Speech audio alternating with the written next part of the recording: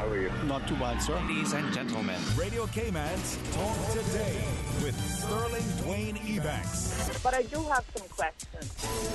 There are more questions than answers.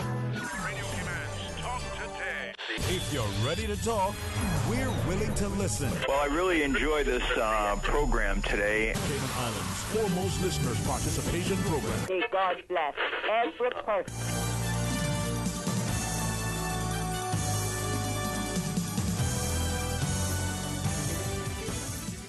Hey, good afternoon and welcome. Thank you so much for joining us here on this magnificent Monday as we start things off with a good discussion talking about the Circle of Love breakfast. And then some open line from 12:30 onwards. So please, stay tuned for Talk Today.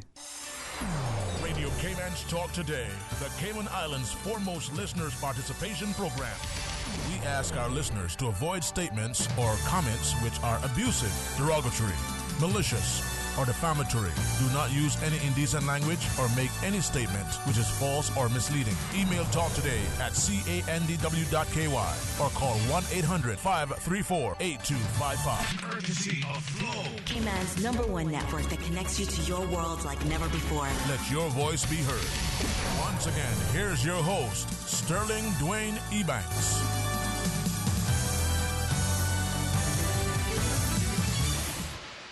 Welcome. Thank you so much for joining us as we have the distinct pleasure of welcoming an opportunity to talk about the Circle of Love breakfast. And in the studio joining us, Miss Julia Hunter together with Miss Shanda Hunter. You know, ladies, every year that we have this event, and we're honored to be able to help through Radio Cayman to promote it, bring attention to it, but to recognize within the community that it is, all about love. I mean, Billy Joel has a song, but we'll talk more about that. Miss Julie, welcome. I trust that this week will be an especially blessed and productive one. So good afternoon to you. Good afternoon, Sterling. It's good to be here today. All right. Now, the Circle of Love breakfast. Tell us more about it. For some of us, we may not fully understand, know for sure, but share with us more. Okay, well, just let me give you a little background of Circle of Love Women's Ministry, first of all. The ministry was started in 2007, and it basically got started after some of our founding partners saw the need for more support for women in the Cayman Islands. We felt that, that was maybe something that needed more of. We didn't have a lot of support for women of. Since then, we've had a lot of different groups kind of pop up here and there, and I can say now there's more support for women, but at that time I felt that there was a need there. It's basically a support group that ministers to hurting or bereaved women in any way that we can. Of course, our motto was and always has been is to impact, inspire, and empower one individual at a time. And we basically feel that, you might not be able to help the whole world, but you can help one or two people here and there along the way, that's still, impacting the island on a whole. And to every woman that we are able to lift up and to help, it's helping maybe that whole family. And then there's a trickle-down effect, as always, because the more people that we empower, the more they're able to go out and inspire and empower, individuals that come in their pathway as well. So we basically started out with a monthly motivational breakfast, and that was for ladies of all ages. We've had some wonderful, wonderful breakfasts along the way. Each month we have a motivational speaker that's carefully chosen. We have a topic. Basically, we have a time of praise and worship. We have a time of motivation. We have a time of breakfast, of course. Mm-hmm. And some of the speakers that we've had along the way, I know there are too numerous to mention, but I do remember that we've had like Miss Mary Graham. We've had Pastor Anna Grassi. We've had Miss Mabel Richardson. We've had Pastor Ellen Peguero. We've had Pastor Elizabeth Bowen, are just some of the ones that we've had. So basically, one of our visionary leaders in 2012 suggested that we reach out now and to the Department of Children and Family Services and try to form a partnership with them, because we felt that we'd gotten to the stage where, okay, we're ministering to ladies every month, but we wanted to widen that circle of ministry. And so we felt that if we partnered with the Department of Children and Family Services, that we could help in their needs, and that they had a different set of needs maybe that we could help with. And so when we approached them, we asked them if we could assist them with the Child Month celebrations. And they were, of course, happy to have us on in partnership with them. And so that's when the children's breakfasts started in 2012. I wish we could have it more often, but basically now we do one big breakfast a year for the children to celebrate Child's Month, right? So the annual Child's Month breakfast, like I said, was started from that partnership. And we've been able to host that event and an event for seniors in October ever since 2012. Wow, it just shows you how, just with a genuine approach with love, of all these things, love is the greatest of all, right? We bring it together. Now, Ms. Shanda, when we're looking at it, we've seen this progression. Women in our society, primarily when we think back to the seafarers, as they left, they traveled. Their wives, their daughters, their mothers, their sisters, their aunts, the women, not only took up the mantle, but they were the champions. And still to this day, women are the ones in society who rock steady, as they were. So welcome to you. Share with us as you're the coordinator and as you want us to know. Good afternoon, and thanks again for having us. So the Child Month Breakfast is really a celebration, a morning of celebration, celebrating the children of the Cayman Islands. It allows them to display their talents in front of their peers and to motivate them and to see what their true potential can be. They're even able to do an essay competition and win prizes. And every year there's just a lot of students being able to show their performances, whether it's dance or instrumentals. I know last year we had a lovely saxophone instrumental that was done. Some schools even bring their choirs and a lot of poetry as well. So it's really a morning just celebrating them, and all the focus is on the children of the Cayman Islands. Yeah, as it should be. I mean, Ms. Julia, we talk about the children in the future, but they're the here and now as well. So if we can get them involved, make them feel included, make them feel valued, respected, responsible, they'll see the importance of it. And this is another way to show them love, as it were. Amen. Yes, that is so true. All right. Now, for this prayer breakfast, it's every year, specifically during Child Month. But when is the next one? Because it's not that far away, all right? Yes, the next one is May 11th. But I think, first of all, we're going to get Shanda to tell you just a little bit of the children's breakfasts so far to date and how successful they've been and what they kind of meant to the children that have attended. Oh, perfect. So if she could start in 2012. We had 2012, yes. We always have a lovely, inspiring message to motivate the children. For example, we had a career choices where teachers and policemen and even bankers came and share their experience in their profession and their goals and how they have set out to be successful in their career, really.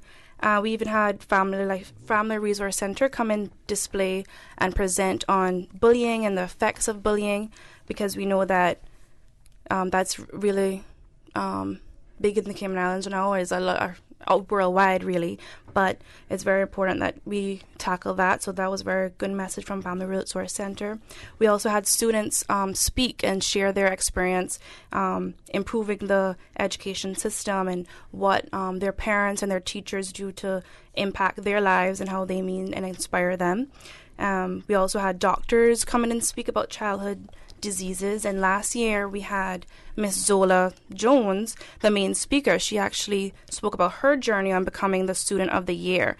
So this year, without giving away too much on what we're speaking about, we're having 3 main speakers, and they're all from the primary schools, and they'll be sharing with the audience, with the children, their peers, how to be bold, how to be brave, and how to be you in their different environments this year. So that's what the message is.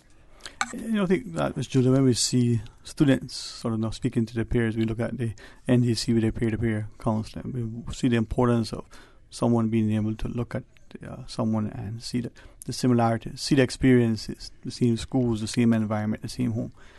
Your ministry has grown and has really been encompassing and empowering. Yes, it has been. It has been a wonderful, wonderful journey.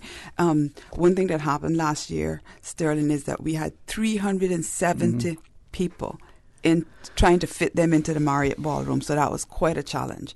And we had standing room only at one stage. So we hate to turn away people.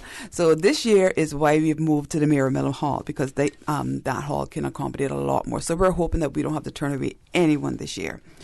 One of my favorite children's breakfast was actually our first breakfast, which was I Am a Promise. That was the theme. And, when we got the message through to the children that were there, is that anything that they want to do in life, they can do. They just have to have their goals set. They just have to be motivated. They have to be in the right environment. So we took the opportunity to talk to the parents, the teachers, and the children to show them what a partnership this can be for helping that child become the promise that they are and that they can be. And I think that was very, very effective. And starting on from that breakfast, we have tried to always have a theme that we felt was relevant, that we felt, was for that particular age group, and like Shanda said, for the time, because sometimes bullying was not always a topic that was necessary, but where we are now, it's necessary. It's still necessary.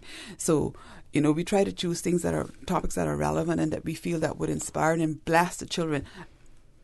Sometimes when you think of doing their SAT, the challenge that is, sometimes when we think of the inspections, say for instance, they need encouraging around those topics. So I'm sure that will come up, into this year's, to just encourage them, stay on course, you will get through this, just be yourself, be brave, be bold, God can help you in any situation that you find yourself in. Yeah. Just always remember that if you go with him and you hold his hand, then you're not going to go wrong.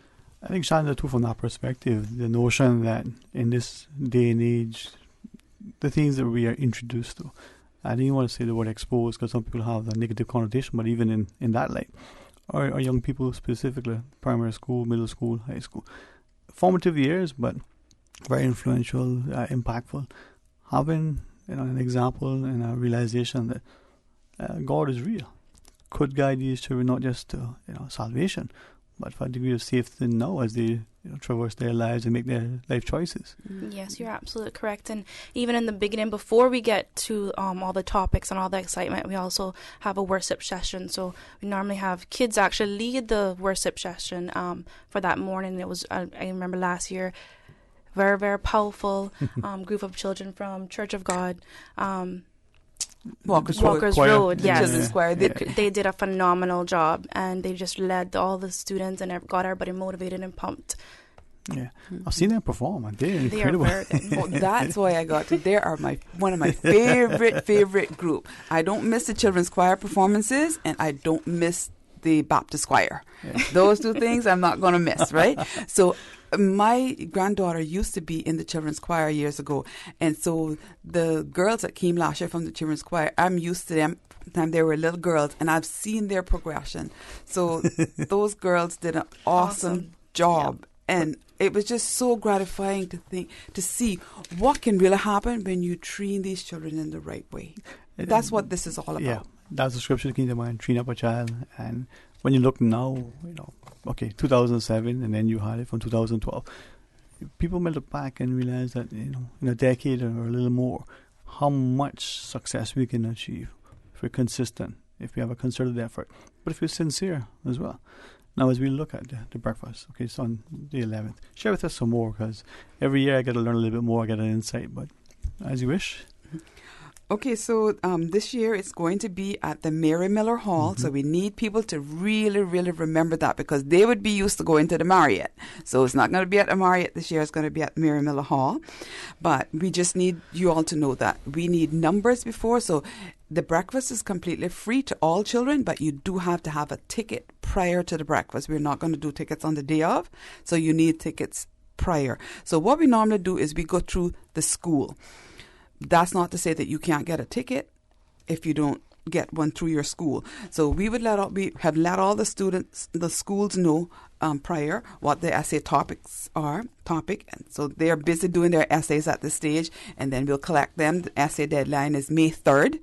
So we'll collect all the essays by that day, and then we'll have we have 4 judges who's going to be judging the essays, and of course on that morning is when the essay competition results are revealed. So that's always a big thing. Who won this year's competition?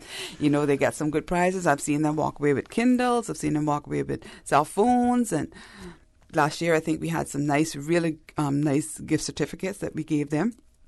So that's always a big thing. So Right now, that's what's happening. We will get to those schools, get the numbers that they have access to get tickets for.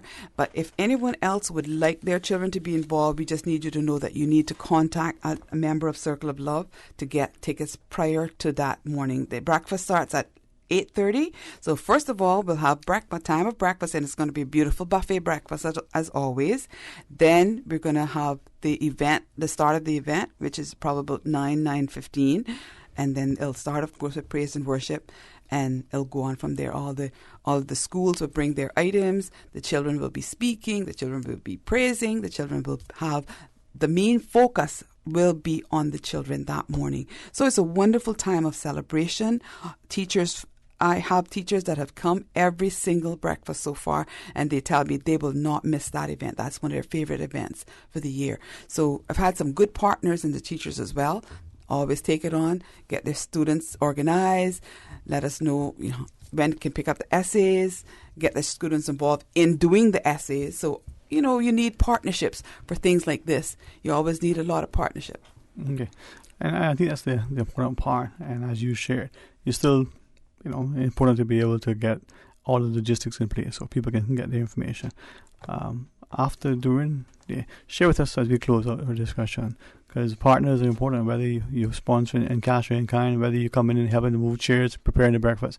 And without, many hands? You are correct. And if you would like to partner with us, if that is becoming a sponsor or being just a volunteer, you could contact me at 922-3229 or any member of the COL team. But for sure, we could get you involved in this Child Month breakfast. Okay, and then we do have some phenomenal sponsors. This would not be possible with other sponsors, but Sterling, like I mentioned to you before, we just did a powerful segment on our sponsors, thanking them so they know who they are, and we've gotten that information out there. So I don't want to mention today for fear of missing somebody, but we have just sponsored our an ad for our sponsors, thanking them in the last few weeks. And we just want to say thank you for supporting the children of the Cayman Islands. All right. And a big thing to remind, this year it'll be at the Mira Miller Hall. Mira Miller Hall, so May 11th. May 11th. 8:30. Saturday, May 11th? Yes. And they can still get tickets, check the schools, or contact one of the Circle of Love. Yes. They can also contact myself, 916-2118, Julie Hunter, or like Shanda said, they can contact Shanda, who's our main event coordinator. Perfect stuff. And anytime we can help to bring not only, sort of needed attention to the initiatives, but highlight our children, let us know. That's one thing that we do here at Radio Cayman. If it's a community initiative that's worth celebrating, we want to be a partner in. Thank you so much. And you all do a phenomenal job. Thank you, Radio Cayman. Thanks to Ms. Susan and Ms. Paula particularly, because they're the brag champions, so it's all good. Invite you to have a very productive week, and let us know. Mishanda, it's a pleasure. I must share, if you don't mind me saying, that would be lime green. Yeah, right? Yes, our colors. Yeah, it's beautiful. Very, very few people wear it as well. So, thank you. Thank you again for having us. It's a pleasure. Circle of Love. Okay. When we come back, let's spread the love and share the joy. Stay tuned for Talk Today. Cayman Carnival Batavanu presents Alta de Blue Harbor Drive Waterfront, Friday, May 3rd, 8 p.m. Featuring from Trinidad and Tobago, the Water King, Iwa George. Come in front for your From Barbados, whining sensation, Marsville. International DJ Storm and DJ Duchess and local DJ Frost. General admission $25, VIP $50 with all you can drink, separate bar and entrance. Get tickets online at eventpros.com and from Le Classique on Mary Street.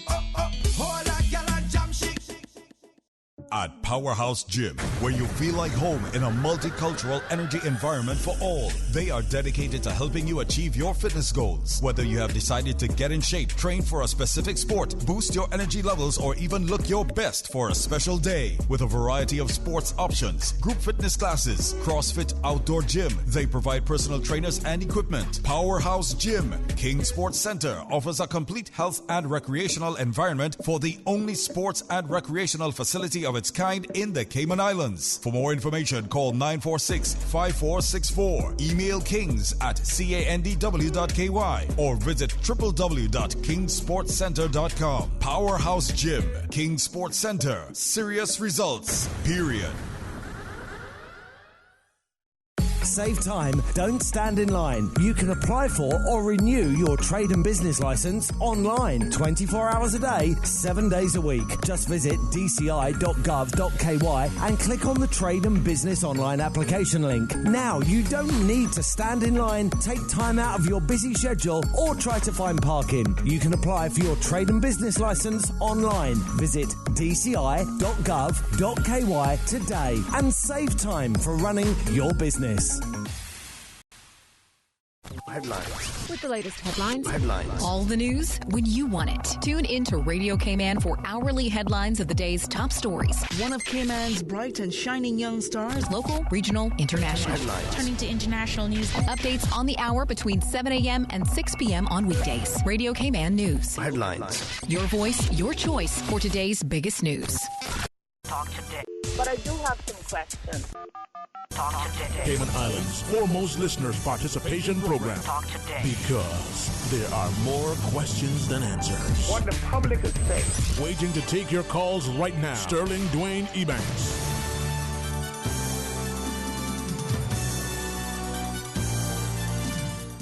Hey, good afternoon. Welcome back. Thank you so much for being a part of today. And I hope and pray that it'll be productive. Invite you to give us a shout and share your thoughts. 949-8037 or 949-6990. And we're hoping to encourage you into some public commentary, debate, and dialogue as we invite shortly Mr. Mario Rankin to sit and stare with us and share equally as we have a chance to do a number of things. And it's important that if our community is going to be actively engaged, informed, and involved, that we have a perspective that not only sometimes speaks to one particular narrative or is trying to influence the agenda from only one perspective. The more informed and involved, perhaps the more beneficial we can be to future generations as we pay homage to our past. 949-8037 or 949-6990. Honey, I was looking at the calendar and thinking, wow, it's Monday. But judging by how it was only midday and how long the day has been already, you would think, well, it must be 5 o'clock. Well, it probably is somewhere. But as Miss Susan reminded me, it is the end of April already. We've gone 4 months into this new year. Now, a fellow this morning was sharing, he says, do you remember when we were writing 1980?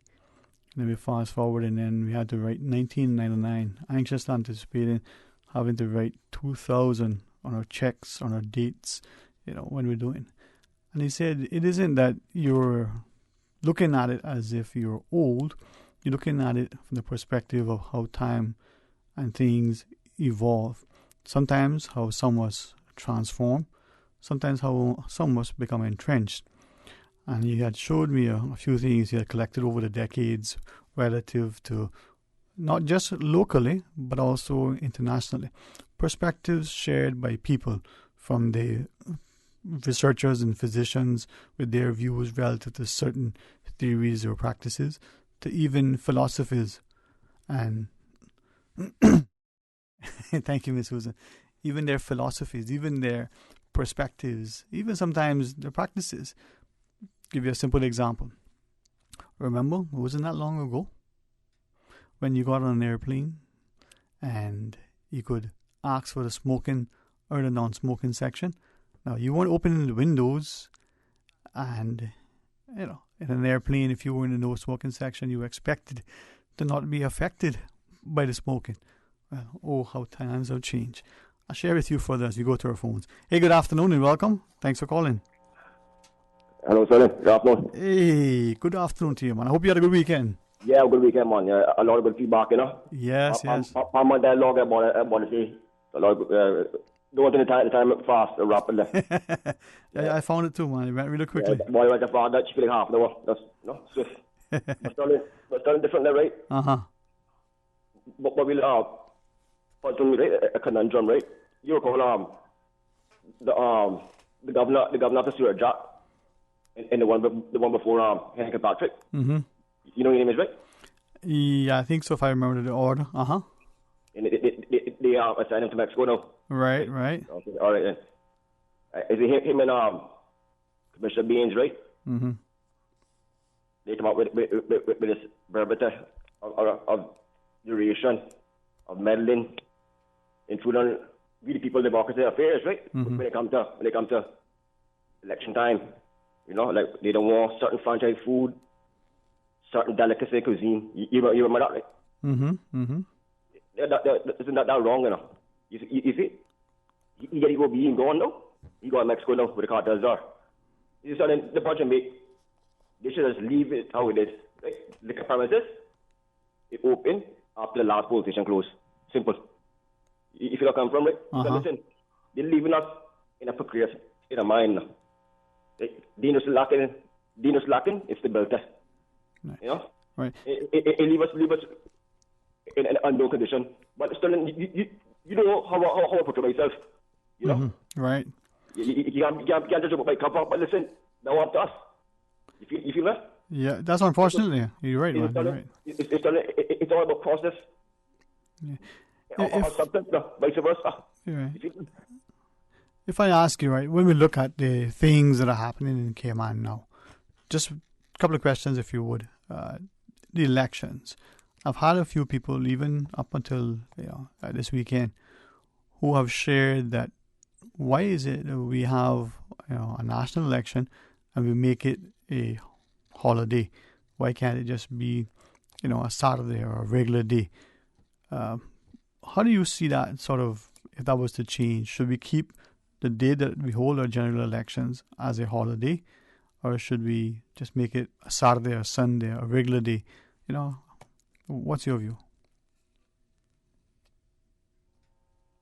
My belief on it now, like I would say, leave it a Wednesday. So the reason I say, right? Mm-hmm. So like the premises is closed, right? Mm-hmm. After the last poll station, right? So leave it a Wednesday. That's courtesy, respect, Right. Yeah. So I mean, I understand we in different times, look, contemporary times, time changing, but let's see how it is. Let's respect the state and church. You feel me? Right. It's only I don't change subject now, right? Mm-hmm. Listen, the marijuana topic, right? Listen, up and down prison, right? They got people in organized crimes, in petty crimes, right? Mm-hmm. And before they get sentenced or incarcerated, they never live a strong road, right? And when they get a little marijuana draw up in there, they very motivated and ambitious. So and that shows me now. And people owe them, too. When I think if they do legalize, the crime rate will drop drastically. Right? It elevate your happiness well-being. But you see people that's becoming like in the past. You feel me? Mm-hmm. Because countries like Portugal, they legalize every narcotics now. It's up to the individual if you want to go in rehab or they have. But and I think that's too extreme for us right now. Right. Every narcotic, but that's simple matter. Okay?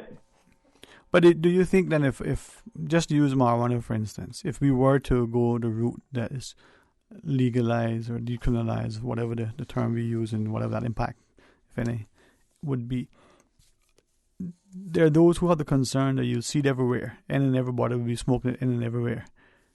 What do you think? You think that would be the case? So then different now? Mm-hmm. I would say like statistics, like I'm a number man, I do numbers, numerics, right? Mm-hmm. I would say if I get a 10% increase, like like individual that never tried before, will try it. But I tell you one thing, the tobacco sales will drop drastically. Because people are relying on tobacco and alcohol too. So you think both tobacco and alcohol sales will drop? Yeah, like I mean, most people that prone to it, that need it will drop, decline. It depends the individual, like their lifestyle, their lifestyle, and how they portray themselves. Yeah. You know what I'm saying? Do you know if and this is not only a question just for you. I just thought this out, so forgive me for thinking out loudly. Some people say civil servants are not supposed to think or talk publicly, but I hold a different perspective.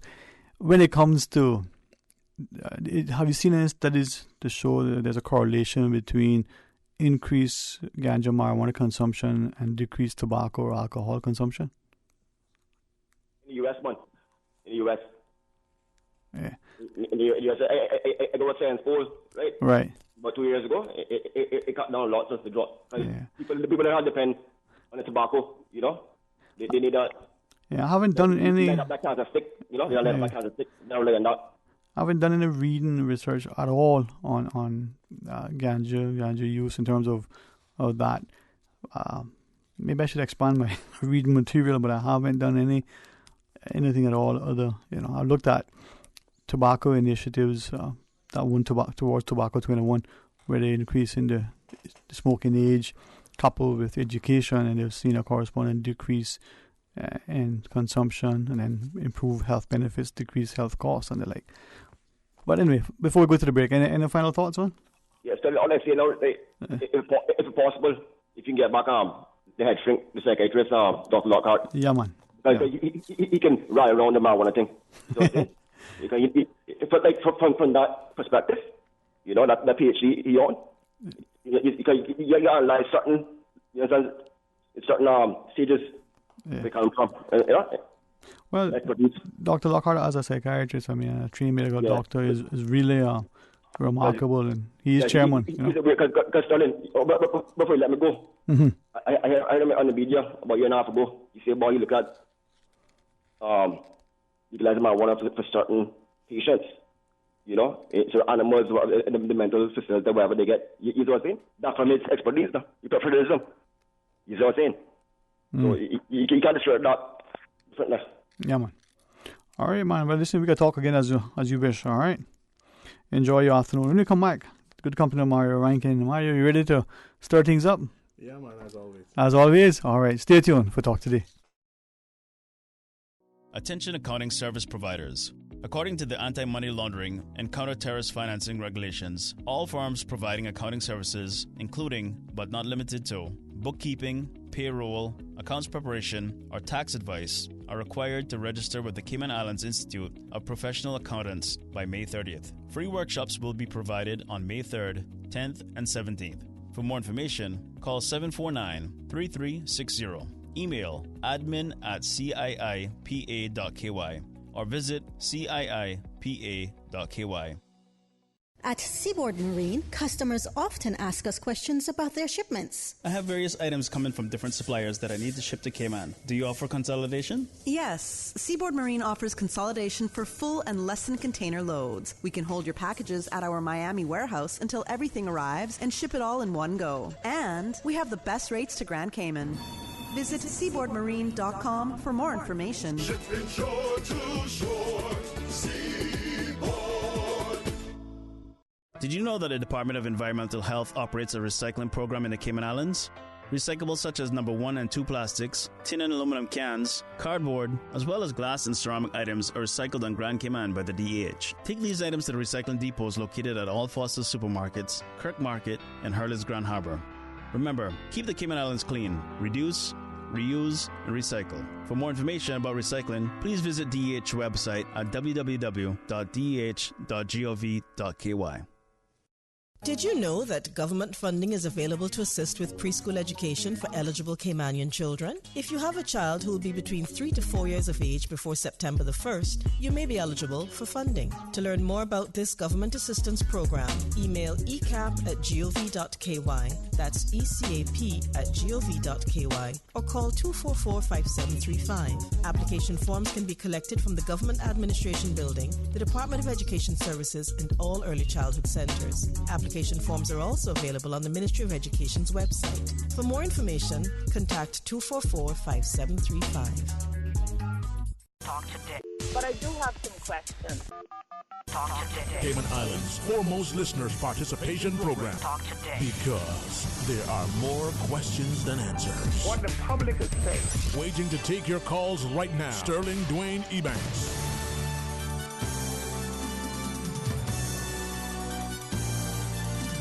Hey, good afternoon. Welcome back to Talk Today. Thank you for joining us. And in the studio, we appreciate the excellent company of Mario Rankin. As I was sharing with someone earlier, in an attempt to create this roundtable discussion, these are people who, like many, have families, have investments, have businesses. Some have in between, sort of semi-retired, maybe would be a best way to describe it. So some time on their hands, certainly a vested interest. But they all seem to be unable, unwilling to publicly come. Some share, they're just nervous.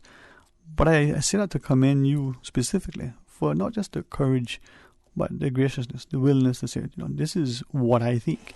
This is what I think we should be looking at. Here is, some things that I've looked at. How do we get more of our people to appreciate that this platform here is one that is accessible and should be accessed? Well, certainly. I give great thanks to Radio Cayman and all of those people who allow me and afford me the opportunity to come on here, and we can have the open dialogue and talk about the key issues and just have our opinions based on what we know and what has been put out in the public. And some things we can look at it and figure it out for ourselves and then formulate an opinion based on that. But I think that platforms like this is extremely useful for creating awareness and shedding the light on certain things that's going on within society that some people just don't have the time to pay attention to. Mm-hmm. But when they hear a familiar voice, having a conversation about it, they may pay attention and listen in and get some gist of what's really going on. And because we know what political language sound like, it is meanly designed to confuse and divert, and deflect from the real issues. So, truthfully, when you have a conversation with your representative about an issue, regardless of how big or small that issue is, there are always some political rhetoric that they can tell you to deflect from the issue at hand as to why it hasn't been done or why they haven't done it yet. So let me ask then, and not just of you, but specifically with deference to the conversation that I had earlier.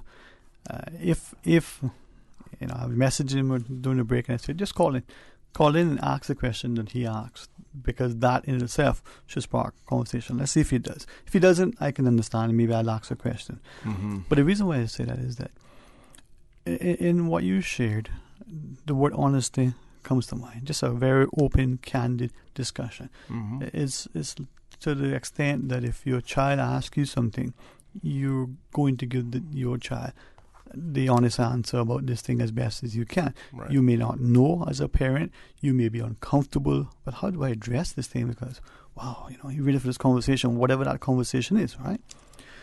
Now, with respect to the politicians, just generally speaking, one of the guys this morning was saying, if your politician comes and says, okay, I think that we should be doing this, this, and this, whatever this is, mm-hmm. will the public say, oh boy, he's batting because he's being paid to say that, or he's lost his marbles because, who did that?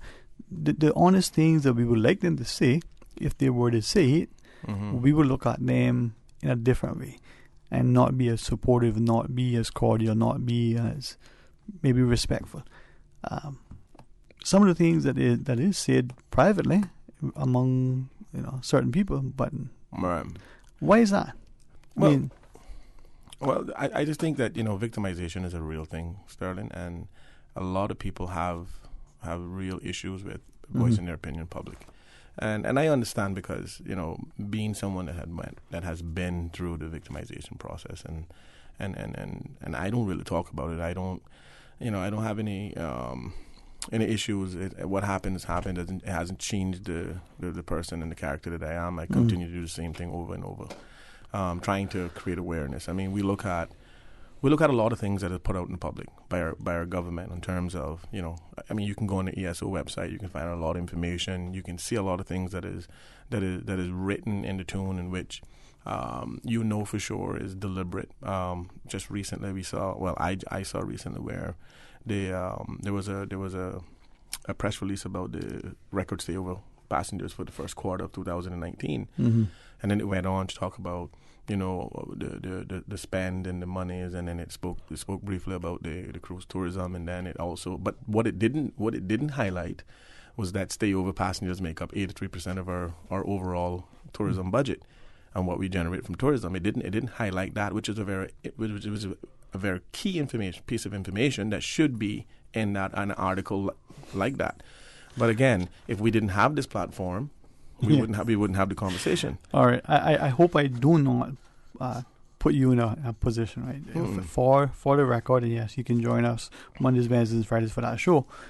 For the record, Mario was not in the conversation this morning. I mean, no, you were not there. I want to say that because I laughed to myself.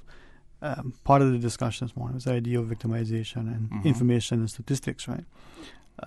Victimization, the perception is that it's the people, the potential political aspirant, the person who may have run and lost, the person who speaks out.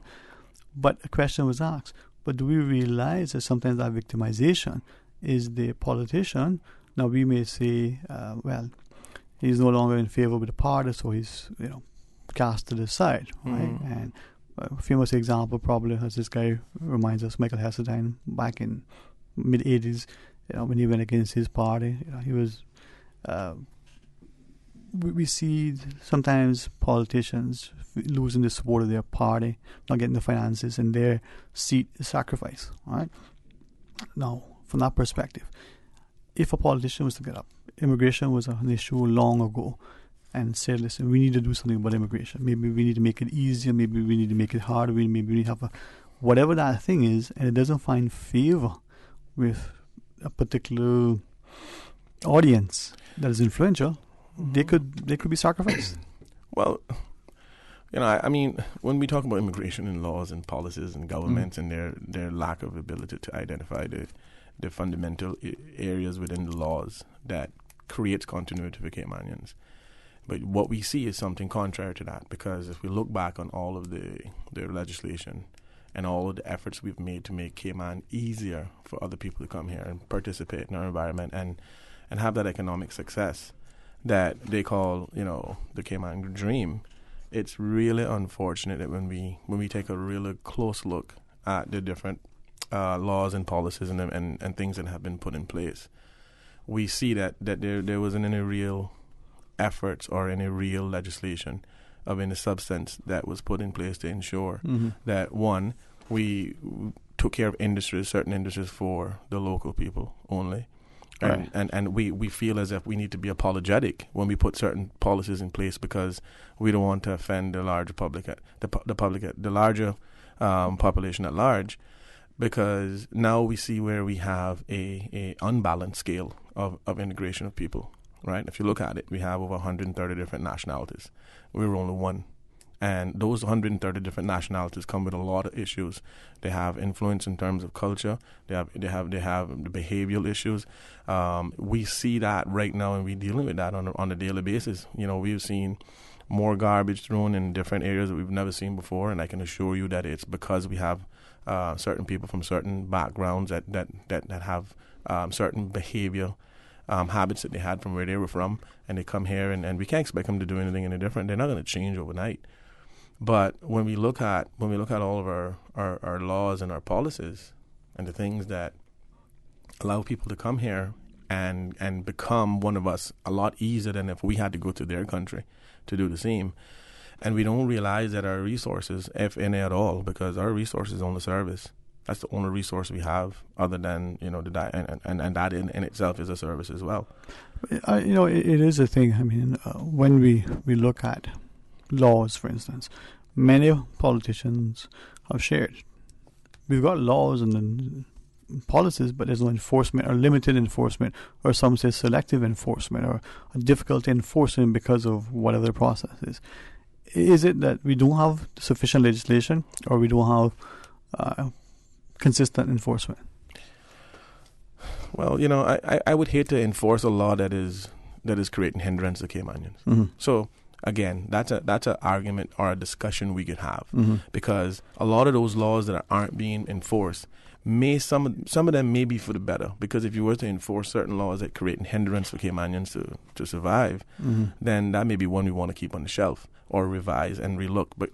But I always thought, and this is just my opinion, I always thought that the government's responsibility is to create a sustainable environment for all its people, to revise, analyze, and look at policies to ensure that none of those policies create any hindrance.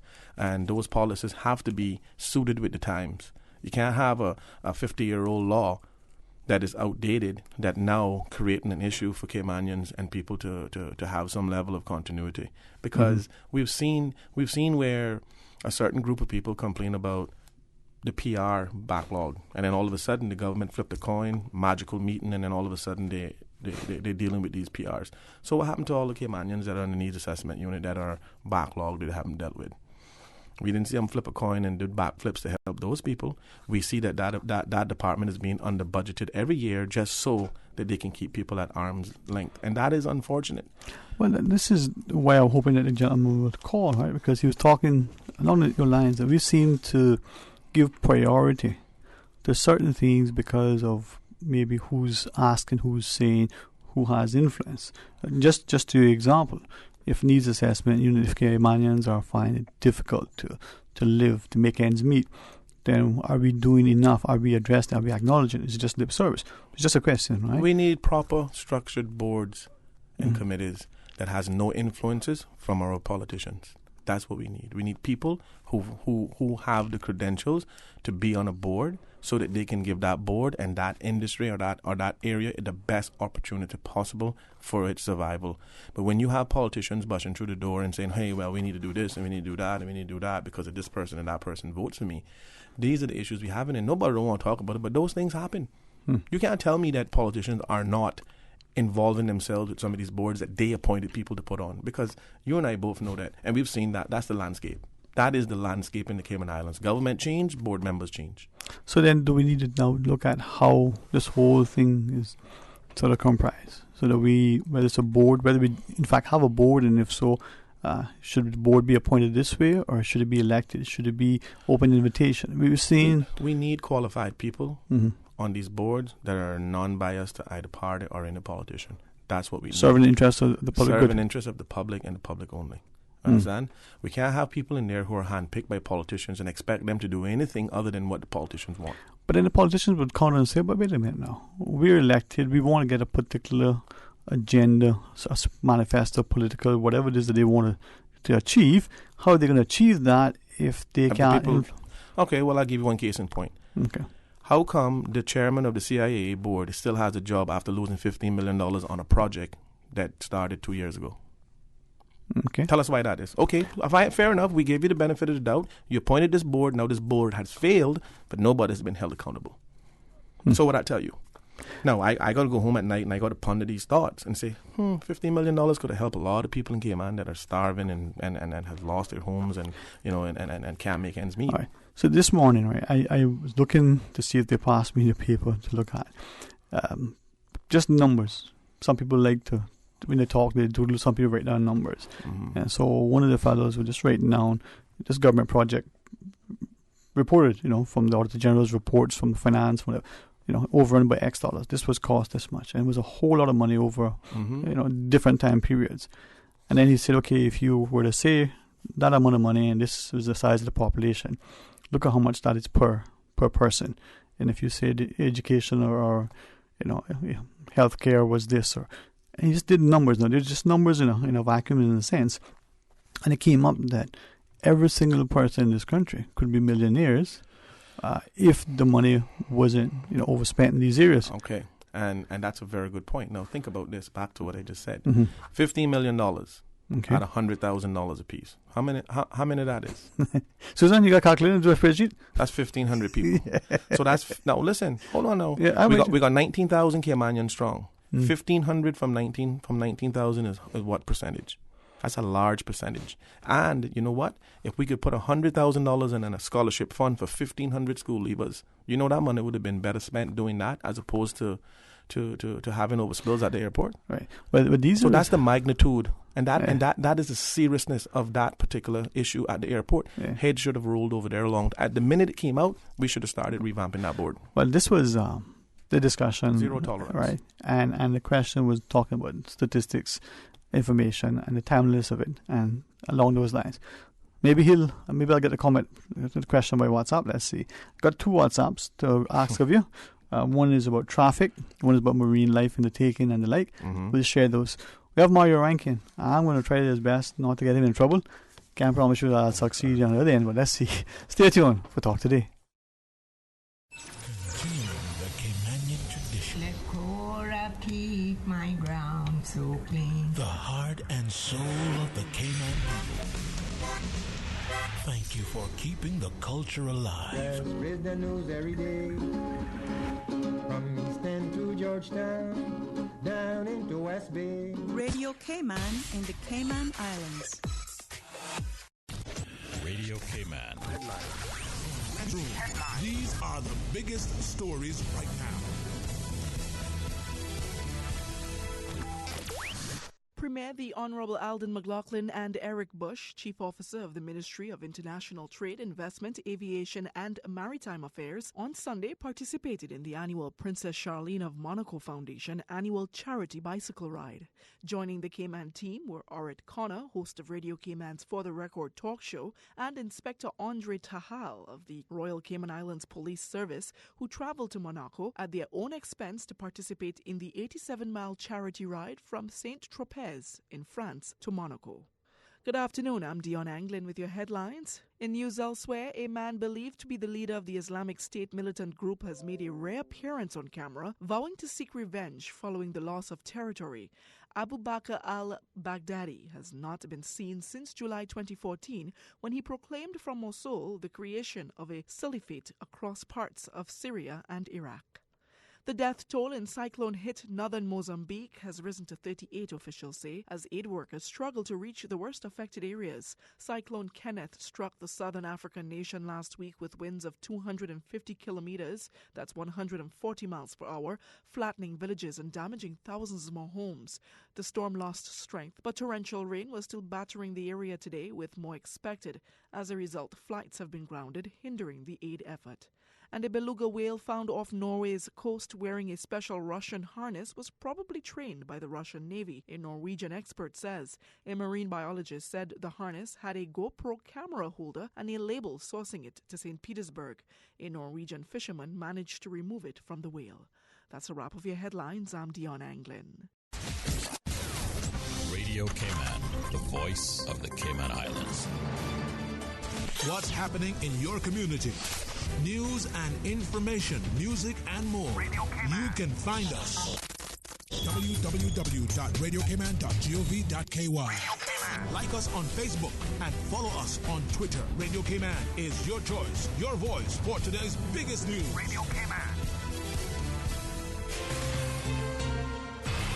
Talk today. But I do have some questions. Talk today. Cayman Islands' foremost listeners' participation program. Talk today. Because there are more questions than answers. What the public is saying. Waiting to take your calls right now. Sterling Dwayne Ebanks.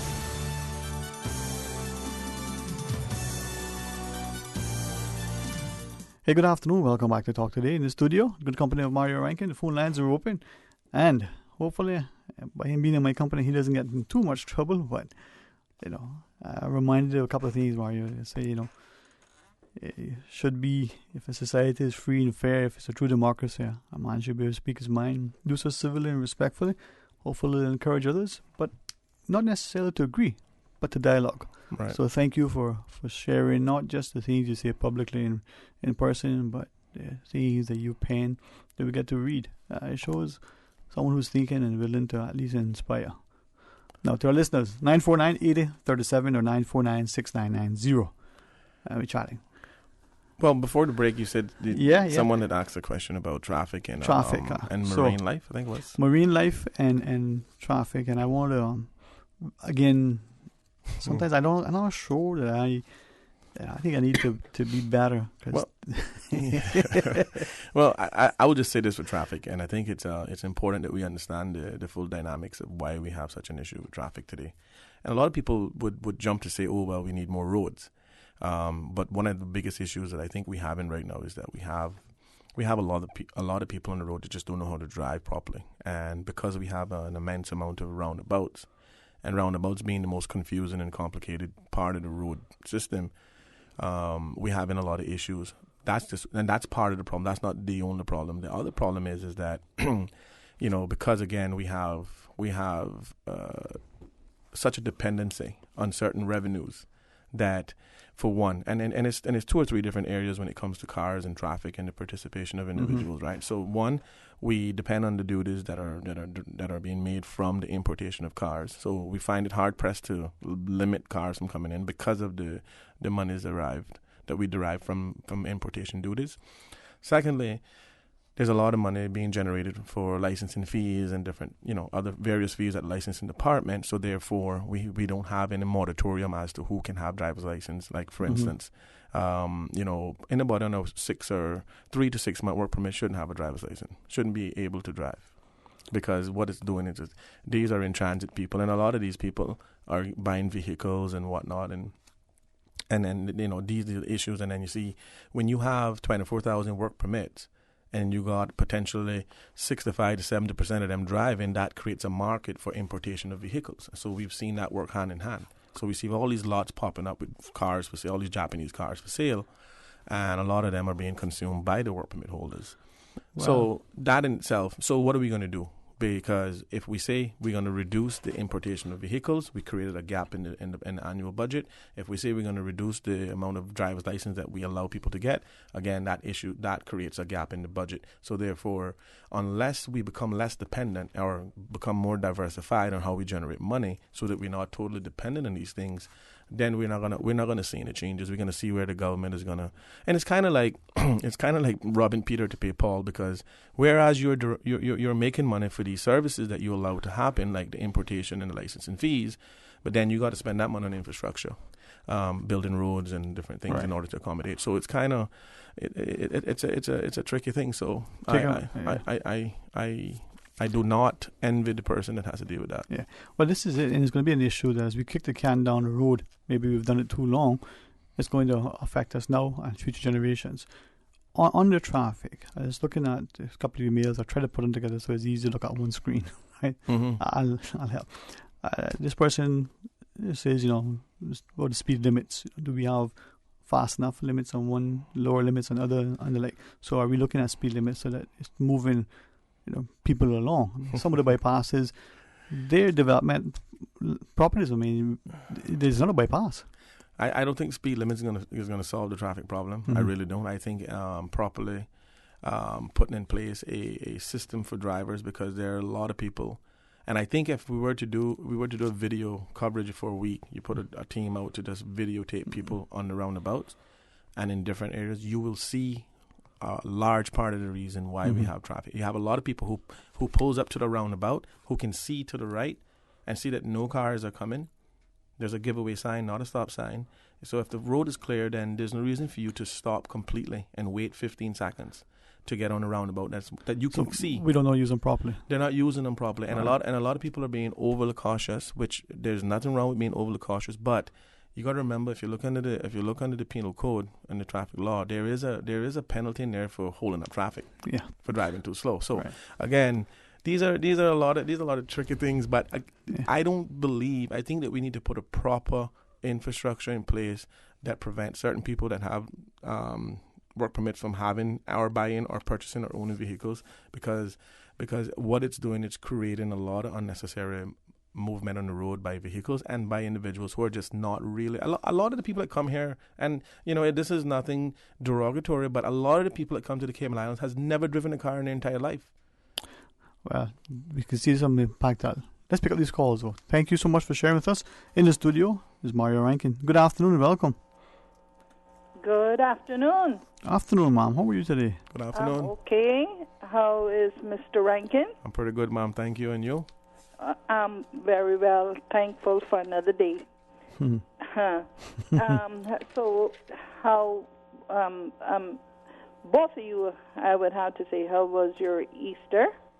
Did you go to church? No, ma'am. I sin probably more than I probably should have went to church. Yes, ma'am. Well, I didn't go to church, ma'am, but I do pray every day and give thanks. That's good. Excellent.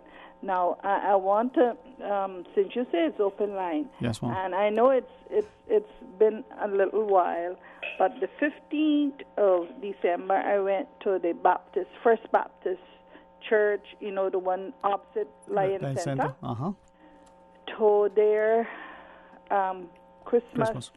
Right. He is risen. What an enjoyable concert that was. They're remarkable, huh? And they stand there 1 hour 45 minutes, and they keep smiling. Mm-hmm. Song after song, Easter song after. Thank you, Baptist Church, and they also have a cantata going on Christmas as well. Mm-hmm. I thank them from the bottom of my heart. Pastor George does a good job with them. Huh? Oh yes, yes. Then male voice choir. I never seen Mr. Mario, or I never seen Mr. Dwayne in male voice choir. That's because they sound good. I can't speak for Mario, but you see me in the audience. I don't want to ruin a good thing. Well, that was held at the Emsley. Every year they do that at the Emsley Memorial on Good Friday. And that was excellent. I mean, I think it was even better this year than it was last year, and I think it's because they had a whole lot more men. Like I said, I was seeing the two of you. But anyway, it was enjoyable. I want to thank them as well. Now, Mario was talking about rules and laws and whatnot. You know, Mario and Dwayne, we got them coming out of our ears, but they're not enforced. So many is not enforced, and it makes you stop and wonder why not. Yesterday evening, I have a few pawpaw trees in my backyard, and the smaller the pawpaw tree has, the bigger pawpaws. So it was kind of leaning. So Peter and myself decided to go down in the dikes and to look for a crutch stick, and because they are really good pawpaws. And down in the dikes, before we used to see all kinds of garbage, even mattresses floating. And now, yesterday, it was construction material. It was. Now, if people can find the time and a truck to dump these things down in the dikes, why can't they carry them to the dump? To the dump. Mm-hmm. But you see, we got these laws, but did you hear anybody being charged yet? No. Down here on the Turtle Farm Road, you see all of these little roads, and you go down in these little roads, it is nothing but garbage again. Now, they not only down in the little roads, it's also nothing but garbage on the roadside, and yet we're talking about tourism and what are we trying to do? Don't people realize that bad environment, you get diseases, you get all kinds of things, and then we're talking about tourism and more tourism. The leaders of this country need to drive around and see what Cayman really looks like instead of just getting on the radio and blobbering their mug, and they know nothing about what they're blobbering about. Is only what is written on a piece of paper by their chief officer or whoever. It's ridiculous with the garbage all around.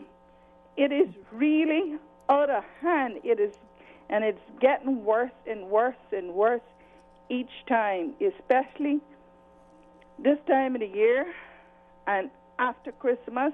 But it's garbage all the time. But I got a lot more to say about garbage in tourism and whatnot, but I'll leave that for another time. All right, thank you both for listening. Thank you. And have a good afternoon. Thank you. And drive careful, Mr. Mario, because you go home before Dwayne, and you too, Dwayne. Thank you, too. Thank you. And you do the same. Thanks for that. And, Mario, is that call is shared? Let's take the other line. Good afternoon. Welcome. You want to talk today? Hello. Yeah, hello. How are you, man? Good afternoon. Good afternoon to you, man. Thanks for sharing, man. Yeah. The last caller, she correct. Mm-hmm. Or you gonna have people come here smiling at garbage, taking pictures of garbage. Can't do that.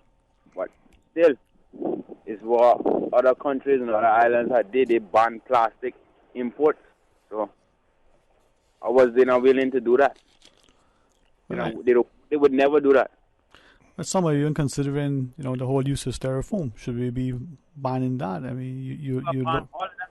You got to ban all of that. Yeah, All of it. I gather from some people in other jurisdictions where they have very robust recycling programs that if you were to take out, for instance, say styrofoam, because that's presumably not recyclable, and you put that out in the recycling, not only is there a fine, but it's very much frowned upon by your neighborhood. So is there something that we can do more to make it that we are more respectful? More respectful. You got to think that styrofoam not the only thing out there. Right. If you remember that the furniture we had back in the day, you remember what that was made out of? No. What was it? Usually made out of cotton or something like fibrous. No plastic involved. If you look at all the furniture nowadays, okay, everything has pleather or whatever they want to call it. Right. Okay. Oh yeah. Okay. And you know why it's made like that? Through the tobacco industry. How that happened is because all the cotton, natural stuff that we had used to catch fire easier when you drop a cigarette on the couch. Now you make this polyester plastic stuff. It takes forever to catch a fire, right? But in effect, you're still getting more cancer from the plastic, or you're getting more problems than you getting from the cigarette. So look at that. Yeah. Right? So I know we're talking, or Mr. Rambo, you don't know, he came up there, he said about the things, and I heard you say certain areas, if he was to cut, the spending in those areas, right? Now, which better area to cut than all that ganja enforcement or cannabis enforcement, just because somebody can't stand to see you with it or see you have it. You imagine that, man? On the two guys up there sitting down, you're believing that you could really make a law like that, man? For real? You really think so? I would love to hear the response to that. Make a law. So explain that more. How do you mean? This is all this law is about. Is that they don't want to see you have it. Because what Mr. Rambo said is that the alcohol and tobacco sales going to go down.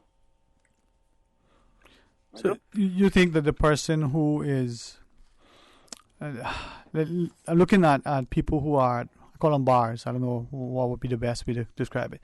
So they're having a drink, an alcoholic drink, and they're having a tobacco in hand.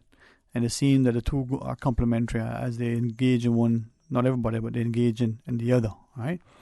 So you think the person who's having a spliff, joint, whatever it's called, do you think that person might also be engaging in an alcoholic beverage? No.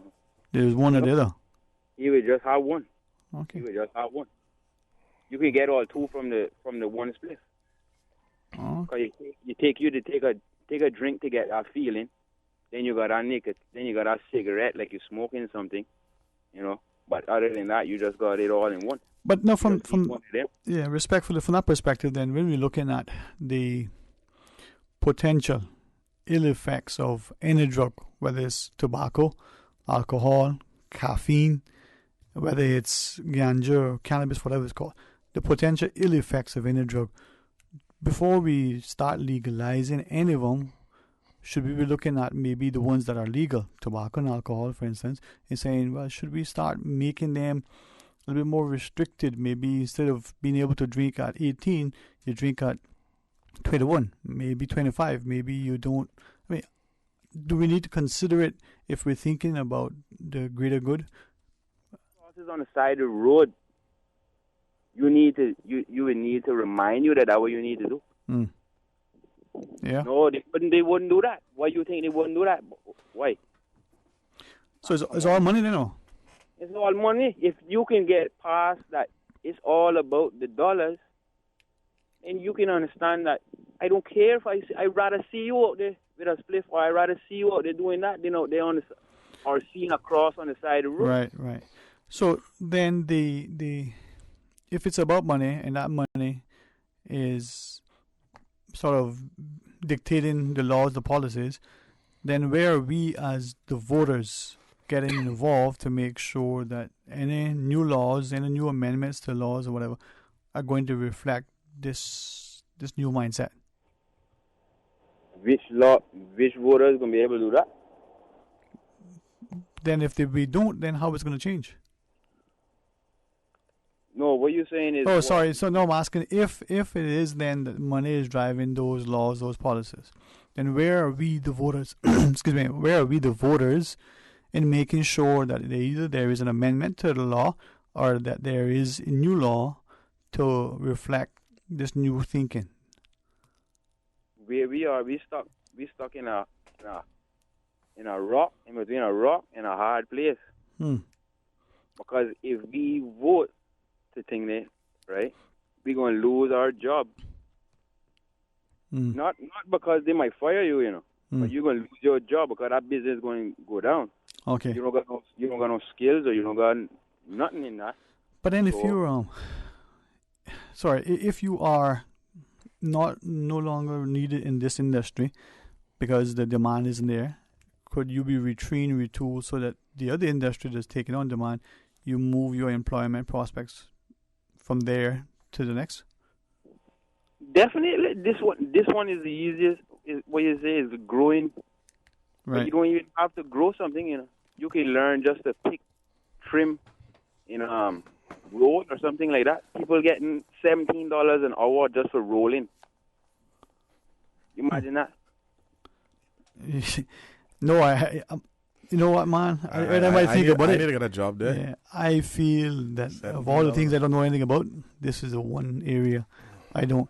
All right, I want to catch up with you, but I just want to pick this other caller before we go to the break. Bill, don't think of me being rude here. Hey, good afternoon. Welcome. You're on Talk Today. Good afternoon, Dwayne. Afternoon, man. How are you today? Good afternoon to your guest. All right, man. We need to catch up with you soon again, man. I hope you're good. Yes, I'm good. You were talking about the motion, Austin Harris motion. After silent 2.5 years, he get a motion. I think Mr. Austin Harris, maybe, I don't know if he is intentionally or unintentionally, but that motion will create monopoly for the car dealers in this country. And, you know, for that motion, I think this country need to find solutions for building bridges, widening the streets, putting proper road infrastructure. It is not. Cayman is growing. Cayman is getting bigger in population, and for the uncivilized comment, your guest, Mr. Mario Rankin, says that, don't allow work permit holder to buy a car. I can understand why this uncivilized comment. It seems Mr. Mario Rankin thinking about those work permit holders is like a second-class citizen in this country. I just want to ask him why this uncivilized comment. Mario, No. By all means, listen. I listening, and when it might turn to talk, it might turn to talk. Well, first of all, I don't understand how you got the interpretation of my comment being uncivilized. In fact, I never said that they shouldn't have licenses. I said these are the areas that we have to look at in order to reduce the amount of cars on the road. And if a country decides to say they don't want a certain class or group, you name it, whatever you want, name it, because that's your interpretation. But if we put laws in place that simply says, hey, If you're on a temporary work permit, you cannot have a driver's license. How is that uncivilized? That is put in proper structure. Why don't you try taking a trip to Bermuda where you can't even purchase a vehicle if you're not from Bermuda? You can't purchase property if you're not from Bermuda. Is the Bermuda law discriminatory against somebody by class or color or creed or statute because they say that you can't buy property in their land? They're not saying that you're not good enough to buy property. They're saying that you're not buying up all our property, disenfranchising our people, and telling us that we can't access the beach. So if you think that my comment was uncivilized, if you think that because I looking out for the best interests of Caymanians first is somehow being discriminatory against someone else, that's your prerogative, my friend. That is your opinion, and I respect that. But don't come on this radio and say Mario Rankin is being uncivilized by saying that we don't want to give a certain group of people a driver's license that clogging up our roads, that our government and our central government revenue has to be spent to build infrastructure to accommodate people who come here in transit, make all their money, send it out the country, and then go back home, and we stuck with the bill and the issues. No, my friend, you can call it uncivilized all you want, but the facts are the facts. Until we have proper infrastructure and proper procedure and policies in place to look out for the continuity and the sustainability of Caymanians, you're going to always hear Mario Rankin saying those things. Dwayne? Mm-hmm. Yes, sir. Yeah, I want to respond to, number one, those foreigners you speak about in general. I'm not here to defend foreigners. I never defend foreigners in this public radio or on any public radio in Cayman Islands. But for this time, I want to respond to Mario, because Mario is being comment is untruthful. Number one, with my respect to him, the foreigners come here, some of them with billions and millions of dollars, who invest, make this country roads better off. They build roads, they build tunnels, they build shopping malls, they build hotels, they invest. But you're referring to one developer? But respectfully, we're talking about, the comment was people on a temporary work permit. I want to make sure that that's what you're speaking of. The comment is that people on a temporary work permit, perhaps they should not be allowed to own a car now and drive if they're here for 3 months or the like. Are you in favor of that? Do you think that's an improper comment? I just want to make sure I don't misunderstand that particular point. Dwayne, let me tell you one thing.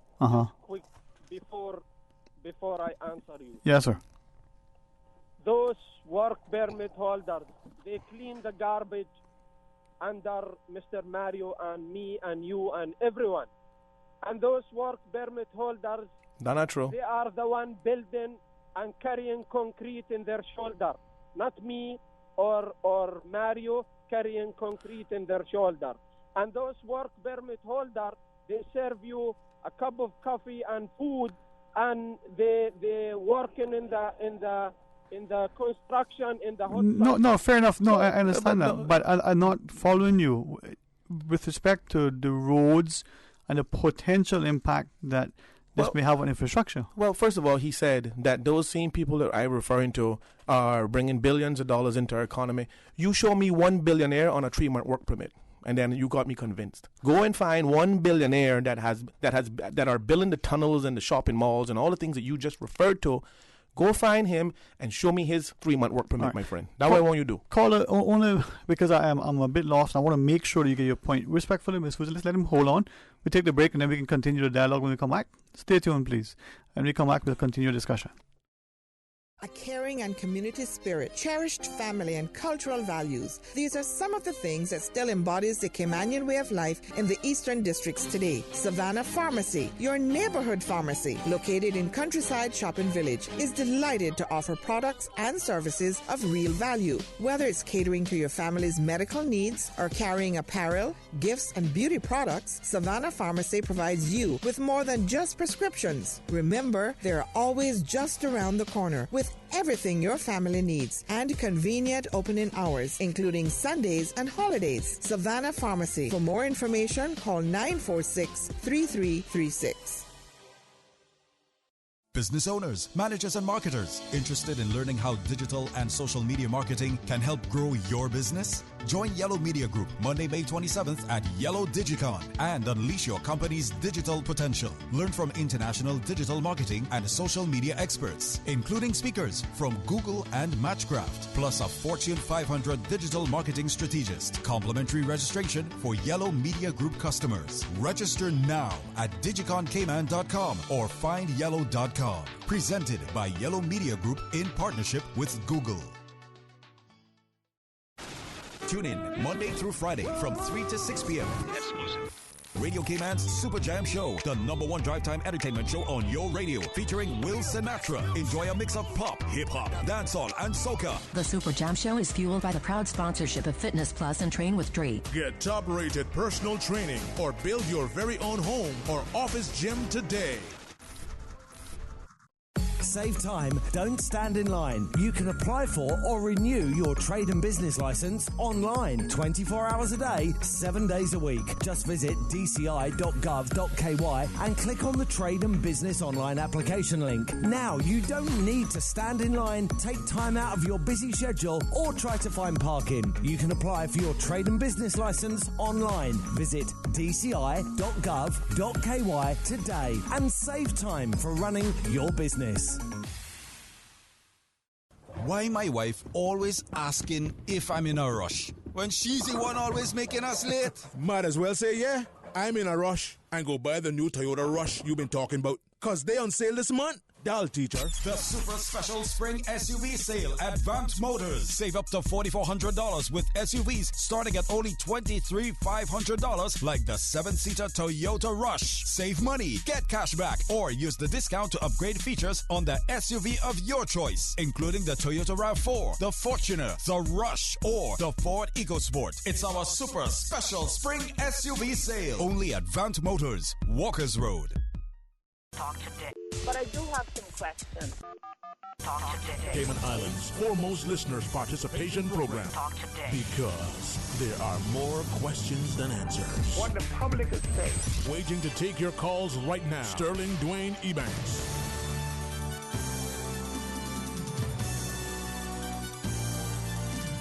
Good afternoon, welcome back. And in the studio, the good company of Mario Rankin, helping us to engender some dialogue.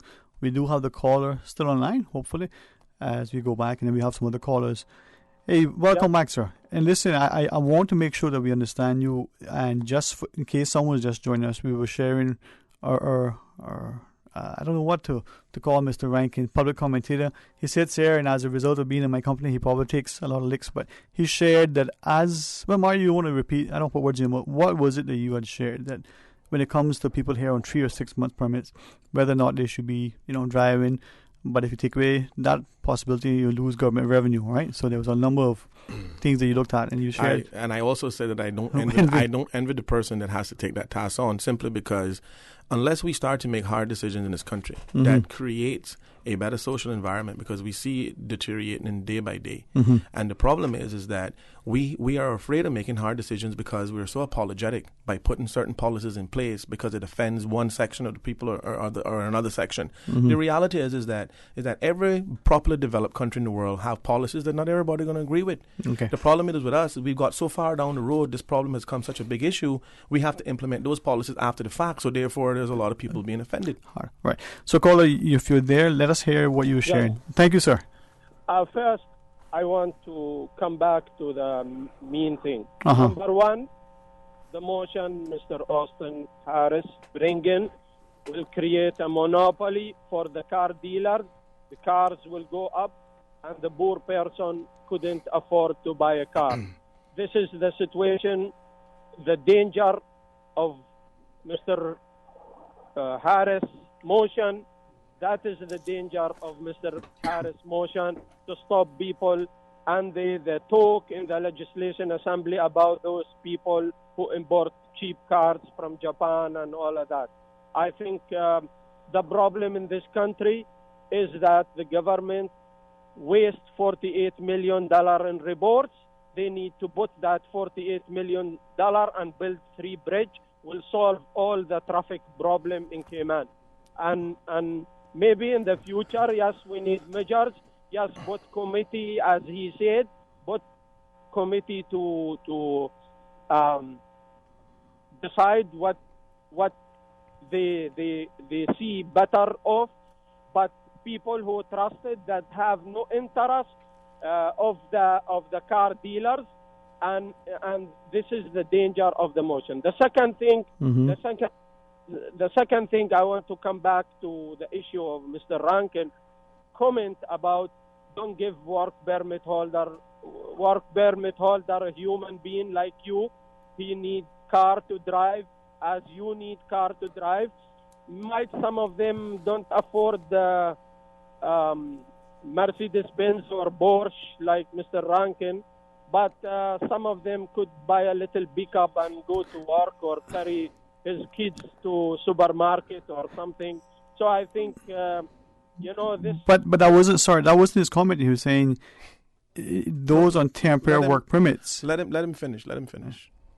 But if it's about 6 months temporary work permit, not to drive, maybe I could agree that somebody who is staying 6 months time, maybe I could agree with that. But somebody who's lived 3-4 years in a work permit, you need a car. Yeah, but that wasn't the comment. It was the temporary work permit. The question was, should we consider that?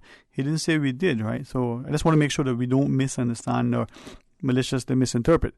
I appreciate you sharing that. And then we have a caller, but Mario, you had a comment? Well, I just want to say very quickly. Number one, the caller obviously didn't listen to the comments I made. I said that maybe these are some of the things we might have to put in place to prevent people that have in 3 to 6 month work permits to have a driver's license. That's what I said, quote unquote. And the reality is that, yes, people who mix the cement and blade the blocks and serve the coffee, yes, they are on work permits, and yes, they are. Some of them are on temporary work permits, and yes, they can catch the bus. It's not the worst thing in the world. The country in which they come from, half of them didn't have a vehicle to begin with. I'm not saying anything to discriminate against anyone. I'm just simply saying, look, we have an infrastructure problem. It's being overrun with things, and when we can't keep building roads. How many overheads we gonna build? Right. Well, let's go to the other line. Welcome. Good afternoon. You're on Talk Today. Yeah. Good day, Sterling Dwayne. Afternoon, my friend. How are you? Mario Rankin. Good day, sir. So he has a point. Mario has a point in specifically because either we are going to try to encourage our leaders to put a cap on what has now become a problem, or are we just going to continue down the road of the unknown? Now, now, if our leaders can't do this, that's where the issue comes in. But we have to do it, and we, the people, are saying, look, we got too much cars.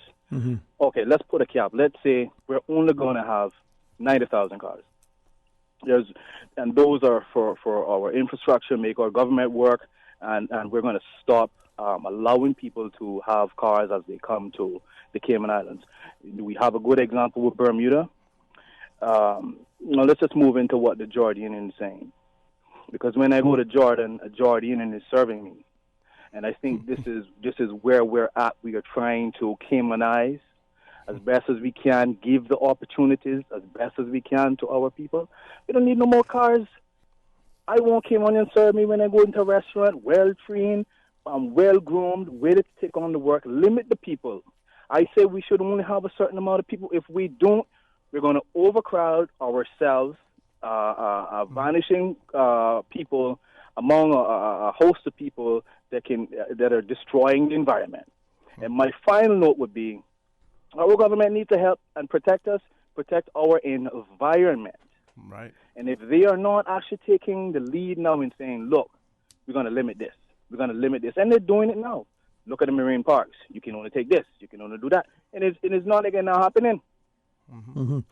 You know, and as you shared, the idea then not only limiting cars, maybe looking at our population growth, how fast and how many, and in what time frame, right? And to your point, caller, and I've said this a million times on the radio. I read an article that was in the 1972 Nor'Wester, and it was an article by Mr. Roddy Selzar, who was the hotel manager director back in the day, and he was an Englishman that gave 45 years worth of warning to the Cayman Island and its government that simply stated, look, if there were not comprehensive training programs in place to teach the Caymanian people the importance of the hospitality industry, that in the future we would be fighting with cheap labor, and that companies would have become so comfortable with cheap labor that they would have been the establishment that paid the government to keep it in place. And that's exactly what we have today. So when a Caymanian say, look, we want to secure this top level job in the tourism industry for Caymanians, then all the other people who are enjoying that economic success, they get offended, and our government then go back to the drawing table and say, oh, well, we apologize. We didn't mean to put a law in place to protect us first.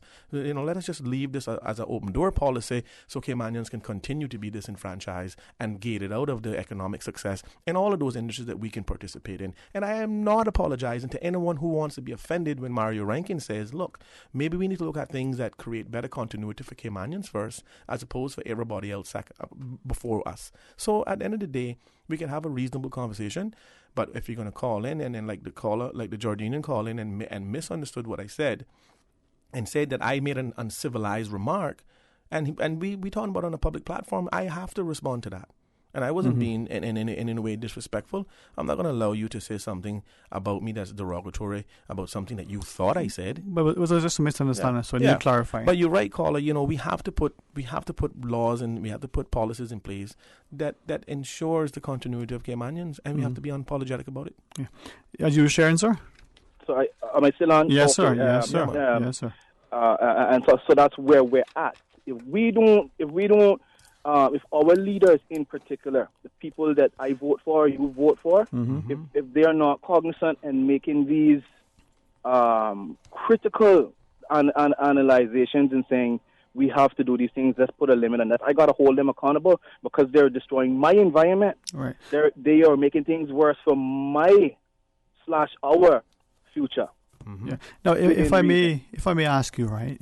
Earlier I mentioned this to Mario. I had a conversation with some individuals earlier, and we talked about victimization. Many times we talk that victimization is on the other side. But if it's a politician or some other public official says something that doesn't find favor with the right grouping, that person may be hung out to dry, as it were. So in this instance, if a politician was to get up and say, listen, we need to limit the population, we need to limit cars, we need to limit this, whatever that thing is, that may be a good thing, but for some reason the people would influence, not necessarily in favor of it at that time, you think that politician will see the light of day at the next polls? I'll be honest with you, those politicians will come and go. The emphasis has to be,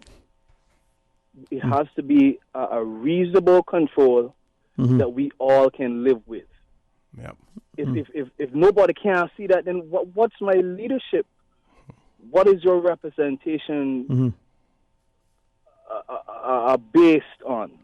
Are you protecting, or are you just in for a season? Is this just is this just for a season? And we can't have our leadership thinking like that. Yeah. Thank you, guys. Thanks very much, man. As we go to the break, caller shares with us. They say the real deal is we got to upskill our own people to do more of these jobs, so we don't have to hire, too many in this set. Well, that's what you've been talking about a long time, are you? Exactly, and then coupled with that, you have to change the laws. Right. Well, when you come back, we're going to join our callers. We're respectful, ask you to stay on the line because we want to hear what you have to say.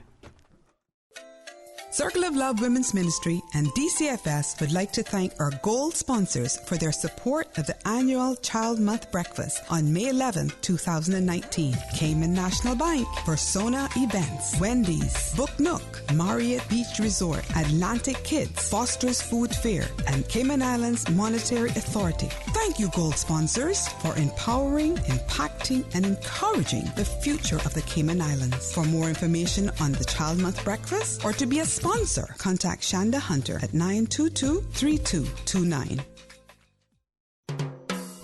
Support our port, support our tourism. Did you know that since day one, government has insisted on strategies for the cruise berthing facility that are both fiscally and environmentally responsible? No damage to 7 Mile Beach, no upland development, no government loans or guarantees. Looking for one, looking bright. Learn more and spread the word. Support our port, support our tourism.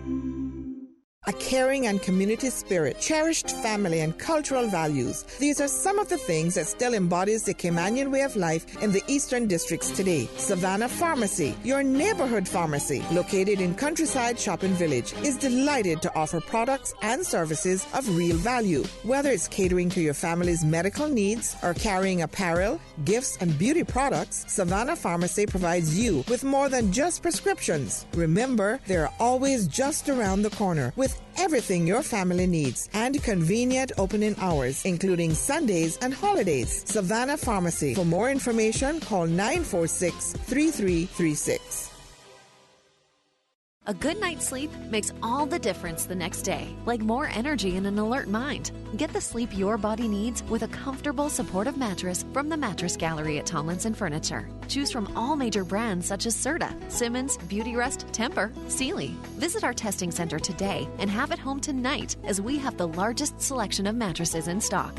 We are ready to help you sleep better for less at the Mattress Gallery at Tomlinson Furniture. Call 949-5383 for more info. Now until supplies last, clearance on select Beautyrest mattresses at the Mattress Gallery by Tomlinson Furniture.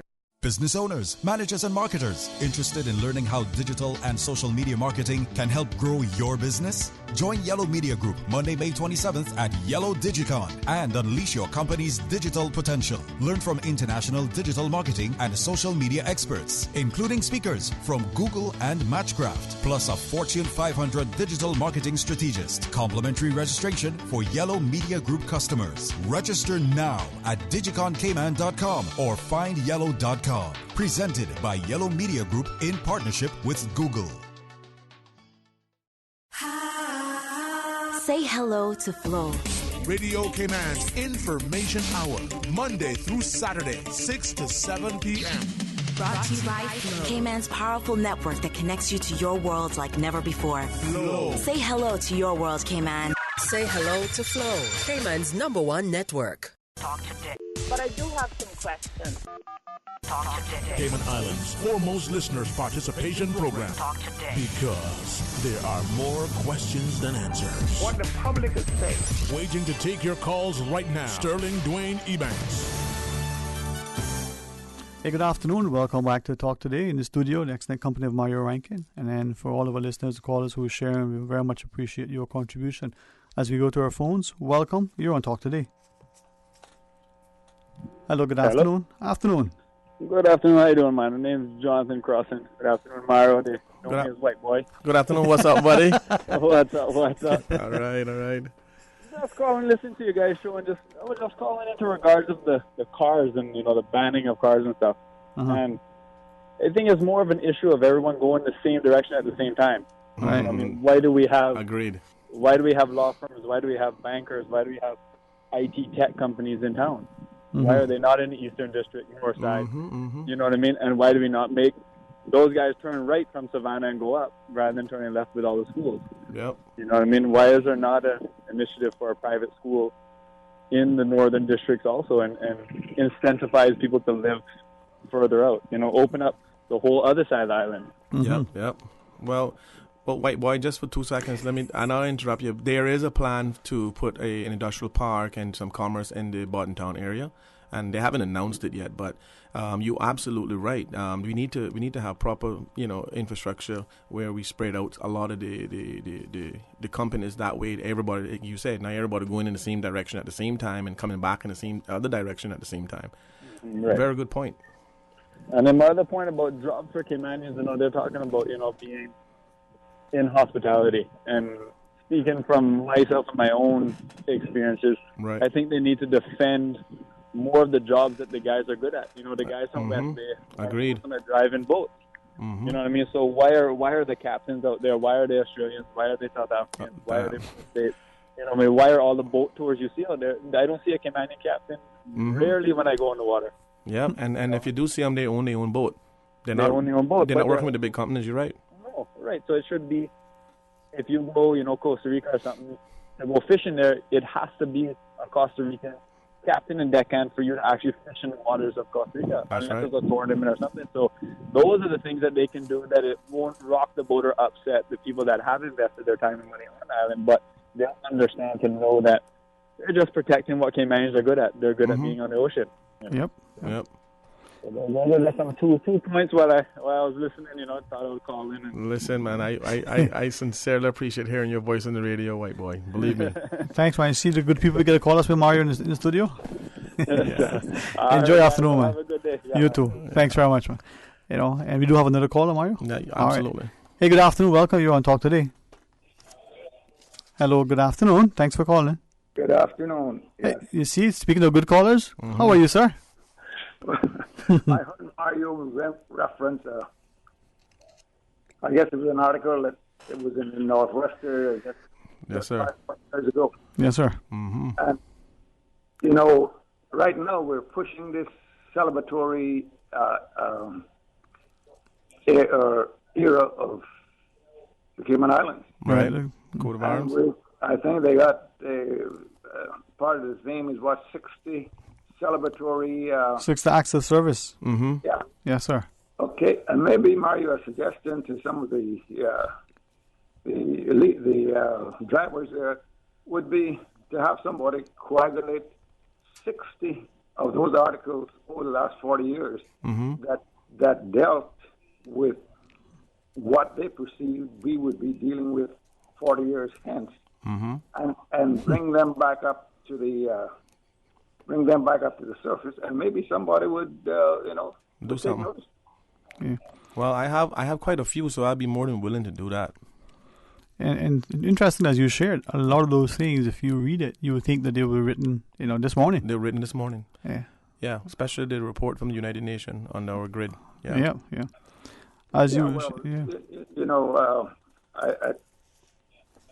I guess maybe back in those days, some of those people that were floating around here, that Caymanians mainly, had a lot of idea, and they could look and see what we were going after, and how they thought it would work, simply because many of those folks that were making some suggestions like those, they had traveled the world. Yep. They had, they had the experience, and they could think about what this action now is going to happen to us 15 years down the way. But sadly, a lot of people, I don't think, wasn't listening.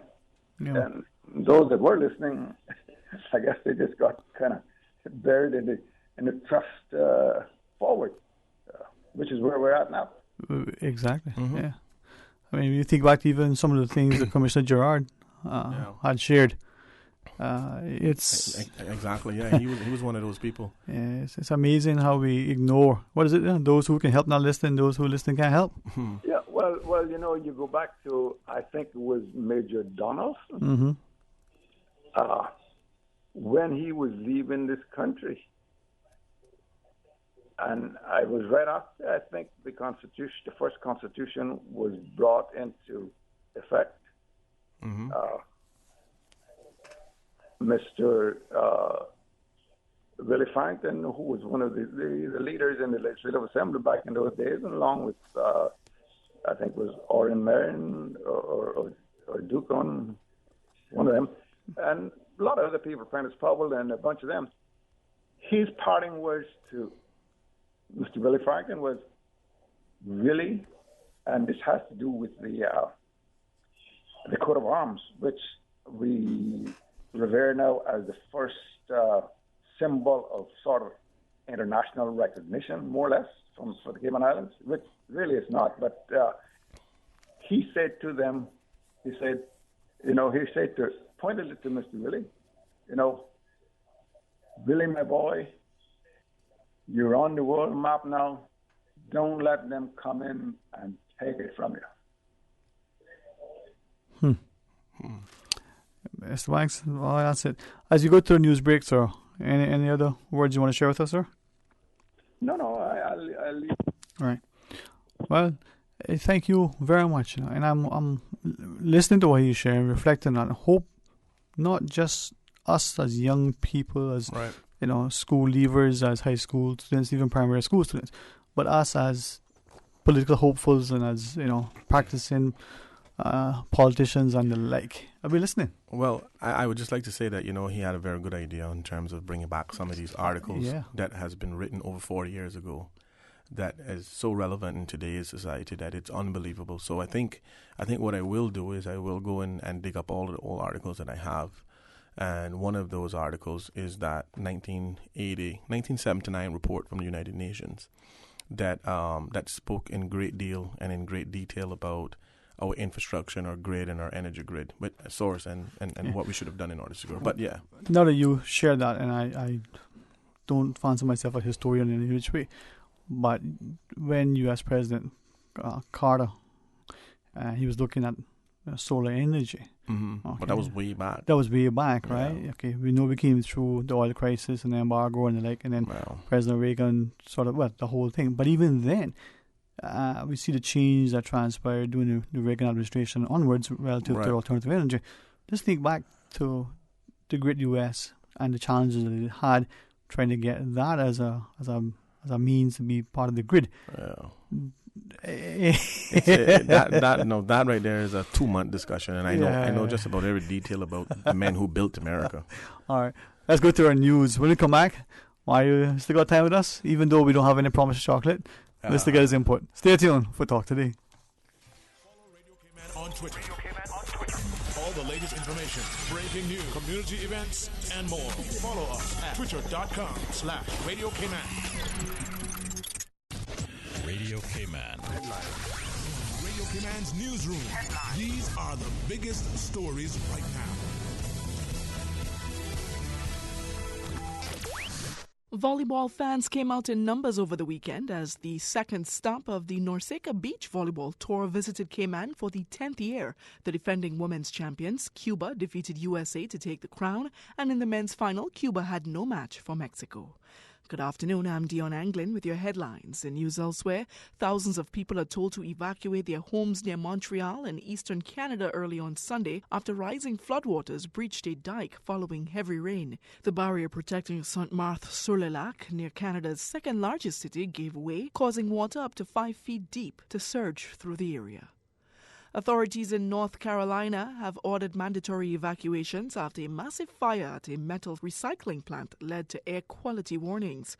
Firefighters were called to the American Zinc Products facility on Sunday around 1 o'clock GMT in the town of Morrisboro. Officials say at some points the fire's flames rose over 75 feet. And a woman from Mongolia has won a prestigious environment award after successfully campaigning to stop mining firms destroying a critical habitat for snow leopards. The woman persuaded her government to create a huge native reserve in the South Gobi Desert and cancel 37 mining contracts in the area. She is one of 6 people recognized for their work by the 2019 Goldman Environmental Prize Committee. That's a wrap of your headlines. I'm Dion Anglin.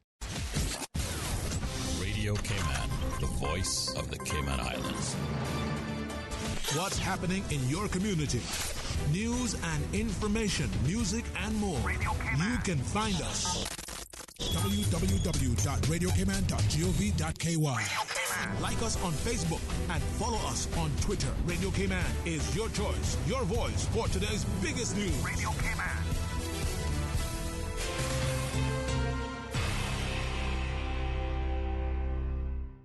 At Flow, we know that 4 are better than 1. Introducing Flow Quad Play. Packed with the fastest, most reliable broadband, the power and control of Flow Evo TV, Cayman's best mobile experience, and tons of home phone minutes, all in one convenient package from only $199 a month. With 4 plans to choose from, you're sure to find one that fits your needs. It's value, ease, and convenience all on one bill with Cayman's #1 network. Find out why 4 are better than 1 with Flow Quad Play at discoverflow.ky. Terms and conditions apply. Support our port, support our tourism. Did you know the procurement process for the cruise berth facility has gone above and beyond to make sure that we get this project right? Government commissioned some of the most respected companies in the world to carry out research on scientific studies, and their expertise and findings are being used to make the best decisions possible. Learn more and spread the word. Support our port, support our tourism. Talk today. But I do have some questions. Cayman Islands' foremost listeners participation program. Because there are more questions than answers. What the public is saying. Waiting to take your calls right now. Sterling Dwayne Ebanks.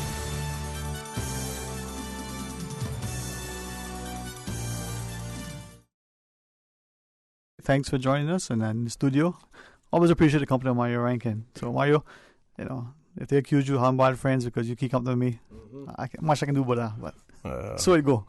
All right, we've got a couple of callers to each one. We're going to get to you, so let's start with the first one. Hit the button, Susan. Welcome here on Talk Today.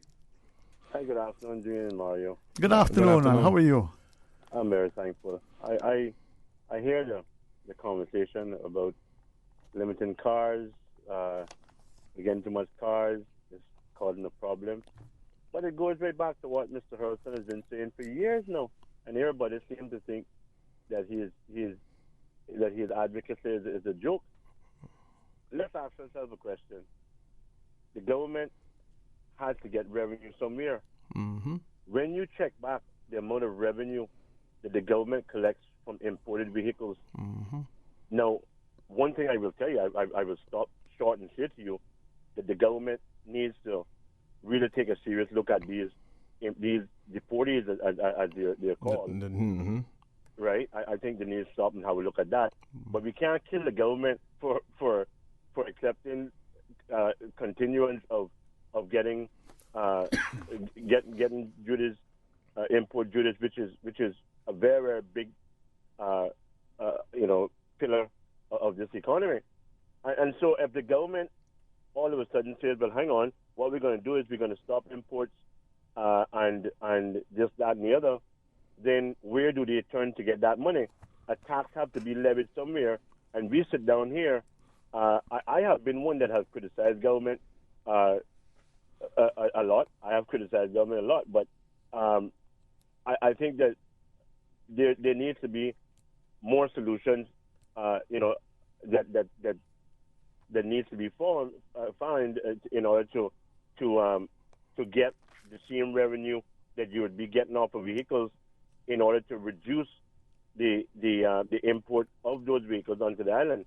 Now, there's one thing that I'll tell you that I am 100% in agreement with Mr. Edward Miller about, and that is the government having a amnesty on unlicensed vehicles, because in my opinion there should be no excuse for somebody having an unlicensed vehicle, right? I mean, and as he says here, they went and get HSM to go after people that has outstanding medical bills, and at least a large percentage of those people can't afford it. They were in a position where they couldn't afford it, and hence the reason why they find themselves in that position. And a lot of those people are elderly people that are sick and stuff, and they're going after them still. So that is one area that I don't agree with. But in respect of the losing of that revenue stream, we got to ask ourselves the question: where does the government find themselves if they was to intervene in that harsh way? Well, just food for thought. Yes, sir. Generally. Well, no. Before you hang up, Mr. McLaughlin, I just wanted to let you know that when we were having that discussion earlier, I did say that it's hard pressed for the government to reduce, driver's license fees and reduce the importation of cars, because it will create a gap in their revenue. However, the government have many ways to get revenue in order to reduce those things, because a lot of the social issues we have is because we are a service-based society and we haven't diversified and figured out how to make money other than those things that are causing the strain on our infrastructure, which and then in turns causes social issues. The problem is the government just haven't done what they're supposed to do, because I can give you two solutions right now. Very simple. You put a 5% sovereignty tax on all of the services that are provided in the financial industry that comes from the lawyers and the accountants, not the clients. And secondly, you put back on that 50-cent surcharge that they had on the fuel, because remember now, when we gave that 50 cents holiday on the importation of fuel, that went to the energy company, okay? And then that reduced our bill slightly, but all it really did, Gillard, was, and I apologize for calling your name, but all we really did was took money out of our left pocket and put it in the right pocket, because the 50 cents surcharge that we were charging the fuel companies, right, was going into central government's revenue. So what we did is we gave that holiday. We gave them a holiday, gave them that break, so that we can see it at the electricity, on our electricity bill, which we don't know whether or not we were getting fair trade for that 50 cents, because none of us know how to calculate our bill down to the cent. So therefore, that 50 cents that could have stayed in the government, on the government books, could have been hopefully properly spent on social issues, healthcare, medical, whatever the things are. So that's just my point I want to make on that. Okay, thank you. Okay, sir. Yeah, thanks for sharing as well. Anything else you want to share? No problem, man. All right. No, that'll be fine. Thank you. Very much. And with that, let's take our other call. Welcome. You're on Talk Today. Yeah, sorry, Mr. Dwayne, Mario. I'm back again. You're back again, man. Glad to have you back. Thank you, man. Yeah, I can cause more headaches. Go right ahead, man. I think Susan got aspirin. Yeah. All right. So, Canada, Uganda, and Germany, right? They just made a deal for $158 million to export cannabis. Okay? That sound like a good enough revenue or no? But is that the net profit, or is that the sum sounds good, but then what is the bottom line? Like $158 million for a certain weight. Right. Every time they export that weight, they get $158 million. And then the net profit on that is what? What? Every year, if they can grow that every year, 3 times a year, you calculate that. Mm-hmm. That's a good lot. As a gross amount, yeah. But then, I hear you. No, so there is money in it, without question. Definitely a lot of jobs too. Right. Okay. Right, and when I'm talking about the traffic going one way one time, the traffic going one way the next time, all these jobs could be at home. But then, from two perspectives, then the training. Do we have the population? We have to import people like we do anything else. You open up an ice cream shop or a clothing store or anything, we seem to have a need for work permit. So do you think we have the resources, the people to staff it? Definitely. Like I told you, $17 an hour. Yeah. You can get you can get every square foot. If you can get a quarter pound every square foot, that's $500. If you have 100 square foot, what that is, that $50,000. It's something that I think, unfortunately, we're probably, like a lot of things, not able or willing to have an informed discussion. I'll be honest with you. I every time that I hear a comment on it, I realize how little I know about it. Consciously, I haven't done much reading on the whole issue. But maybe I should, But you know what? I'm ready. Anybody, anytime if they want to debate me, anybody, but it has to be that you're going to come to the conclusion that definitely that this thing has to be amended, because how they pick up this law, right? It should have following other people. Not true? Well, we have done that with many laws, many policies and practices, even projects. How long do you think it's going to be before we have another tunnel or an iconic tower or a bridge over the North Sound or a channel, to the BRAC, or maybe it'd be a proposal to, I don't know, launch a spacecraft to the moon. You never can tell, Or remember, I told you too, we can make gasoline out of this. Yeah. I'm with you in terms of exploring the conversation if it's going to be beneficial to the greater good in the long term. But before you go, anything else you want to share with us? No.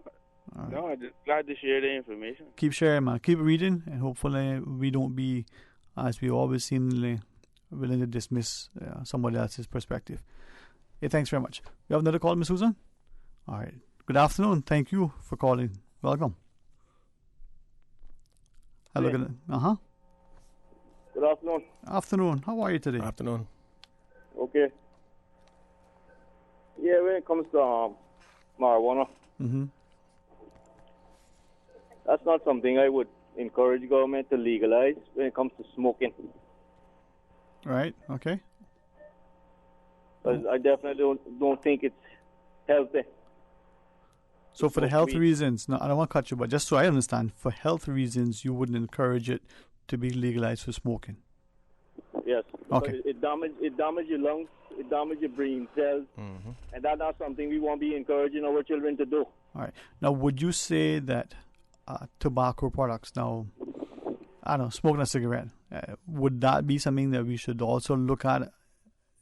Because seemingly, we now have accepted that, was it on the packages? Smoking kills. I think it actually says it in that language. So should we look at maybe banning that, making that illegal, or somehow limiting it even more?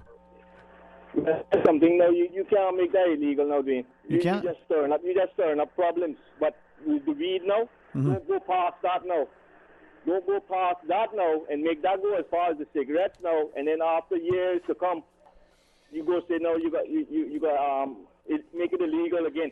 Right. No, the reason why I'm asking you, right, and the only thing is because, as you've recognized, this discussion with respect to whether you call it marijuana, ganja, cannabis, the smoking of it for personal and recreational use. We hear judges, we hear lawyers, we hear big politicians globally connected to the UN, connected to big states, who are saying, decriminalize. If I'm not mistaken, we even had a commissioner of police who said maybe we should look at it for different reasons. So I'm asking, do we now need to look at this thing? And while we're looking at it, look at the cigarette. Look at not only the age at which the person is allowed to legally smoke the cigarette. Do we need to increase the educational awareness about the potential ill effects? Do we need to make it illegal? It's just a question. It's not a stir up. It's just to maybe challenge. Well, yes, sir. Well, Dwayne. Yes, sir. The only thing I would really like to see them legalize my spot. One of the reasons, because it's proven that marijuana tea cures asthma. Okay.